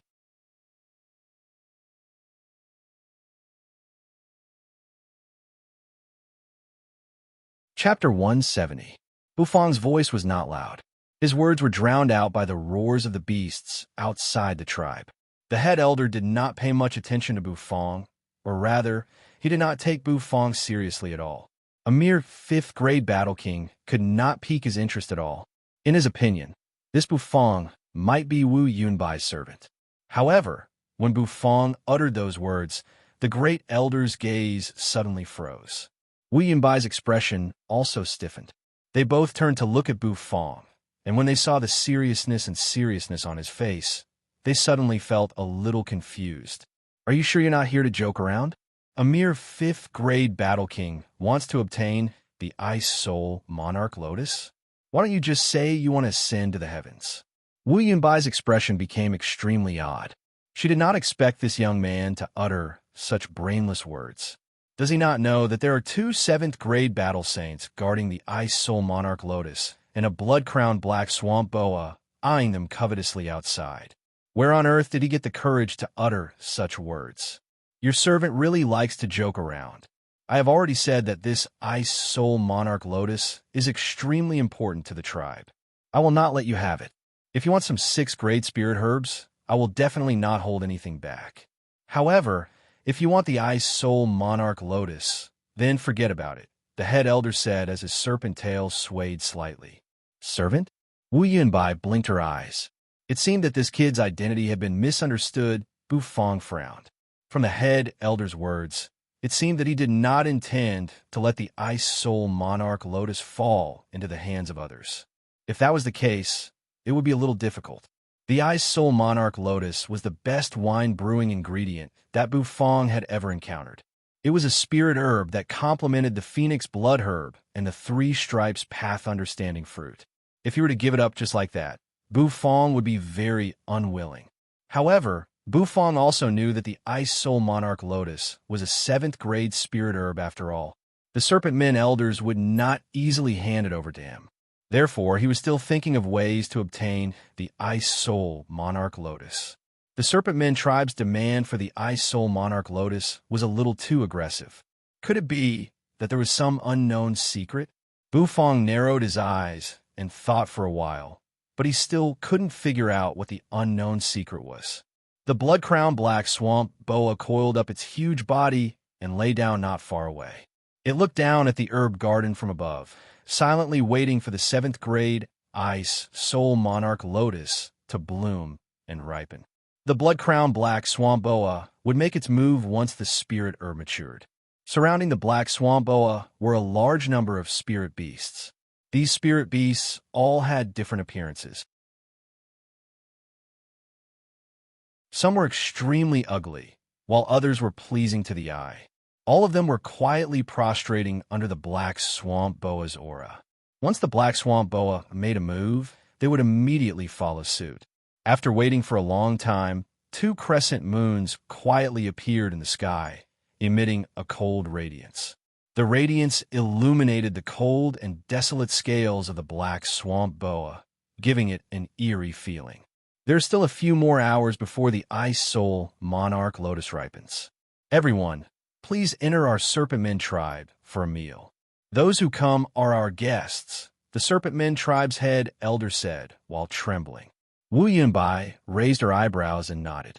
She then led her two subordinates into the Serpent Men tribe. Bufong was still standing there in a daze, thinking about how he could obtain the Ice Soul Monarch Lotus. However, Wu Yunbai gently patted his shoulder and woke him up. The Serpent Men tribe's head elder is inviting us for a meal. I've never tasted the Serpent Men tribe's delicacies before. Let's go together, Wu Yunbai simply said. Bufong was slightly taken aback. The Serpent Men tribe's delicacies? At first, Bufong wanted to refuse. However, after hearing the Serpent Men tribe's delicacies, Bufong's eyes immediately lit up and he slightly nodded his head. The experts of the Serpent Men tribe led the way. Their bodies swayed as they slowly crawled forward. Bu Fong followed behind Wu Yunbai and the others as they walked through the simple and crude buildings of the Serpent Men tribe. Bu Fong, on the other hand, did not care. He observed the surroundings with a curious look in his eyes. He knew very little about the living habits of a race, especially a race from another world. It was precisely because he knew very little that he was curious. Even though the Serpent Men tribe's houses were not big, they had been renovated for a long time to reach their current size. On the door beams of these houses, Bu Fong saw strips of processed fish. These dried fish were hung at the door, exposed to the wind and the sun, so that the water in the dried fish would be completely dried and stored. Apart from dried fish, Bu Fong also saw a lot of dried meat and some dried fruits. After all, this was a swamp and the temperature was relatively humid. Rotten food was not easy to preserve. Given the harsh conditions of the Serpent Men tribe, they could only use this kind of primitive method to preserve their food. After Bu Fong and the others walked for a while, a faint aroma drifted toward them. It was the familiar aroma of a dish. Bu Fong narrowed his eyes. The group arrived in an open space. Not far away from the open space, a voluptuous serpent woman was holding a metal ladle and shoveling food from a large black wok. The aroma of the dish was wafting from the wok. The Serpent Men tribe is a small place. Please forgive us if our hospitality is not satisfactory, the head elder lightly said to Wu Yunbai. Wu Yunbai cupped her hands and curiously looked at the large black wok. She was very curious about what the Serpent Men tribe ate. Living in the illusory spirit swamp, food ingredients were not a problem. However, the Serpent Men tribe's culinary skills were a big problem. After all, the Serpent Men tribe was constantly fighting against the harsh environment. Naturally, they did not know as much about food as humans. Please enjoy your meal. This is the fish soup cooked by the #1 chef of the Serpent people. The illusory spirit swamp doesn't have much of anything but this kind of fat fish. You can find them in puddles everywhere. Don't underestimate them. They are a rare delicacy, the head elder said with a smile. Then, the Serpent Men's servants passed ceramic bowls to Wu Yunbai and the others. Bu Fong also received a bowl of fish soup. As he held the warm soup with both hands, a strange expression suddenly appeared on his face. Fish soup? They actually cooked fish soup in front of him. Of course, Bu Fong had cooked fish soup before. His fish head tofu was highly praised by many customers. However, he had never tried the Serpent Men tribe's fish soup before. Today, he could try it. This fish ingredient is actually a kind of spirit beast, but its grade is a little lower. Still, it's good that its grade is low. Many commoners are able to catch this spirit beast fish, the head elder sighed. This fish could be considered as their staple food. Since it was impossible to farm in the swamp, this kind of fish often appeared on their dining table. Wu Yunbai was also holding a bowl of fish soup. The soup was slightly white in color and not very clear. However, the aroma was not bad and it looked appetizing. Many of the Serpent Men around her were holding ceramic bowls and grinning from ear to ear. They had absolute confidence in this fish soup. This was a delicacy that they could cook. It was more than enough to subdue a human. Wu Yunbai took a sip of the slightly hot fish soup. The rich fragrance entered her mouth and made her whole body feel energized. Not bad, it's delicious. It's even more delicious than the fish soup cooked by ordinary human chefs. It's fresh and fragrant, Wu Yunbai earnestly praised. After that, she continued to drink a few more mouthfuls. The surrounding Serpent Men suddenly burst into laughter. To be able to subdue this human was also a happy thing for the Serpent Men tribe. Their favorite fish soup was recognized by someone. This was a type of happiness, even if the person was from a different race. However, just as everyone was enjoying the fish soup and praising its delicacy, a voice full of disdain rang out. Is this really fish soup? The fishy smell is not even completely removed, and the taste is so terrible. It's such a waste of such a good fish ingredient.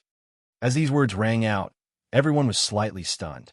Even the beautiful Serpent Man who was cooking the fish soup was stunned.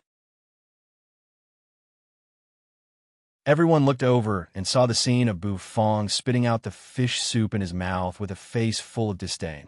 The expression on Bufong's face was almost scrunched up together. The disdain on his face almost made the serpent men doubt their lives. Was this fish soup really that terrible? You're tuning in to the Warrior Lore YouTube channel. Don't forget to subscribe and join us on this journey to catch the most captivating stories.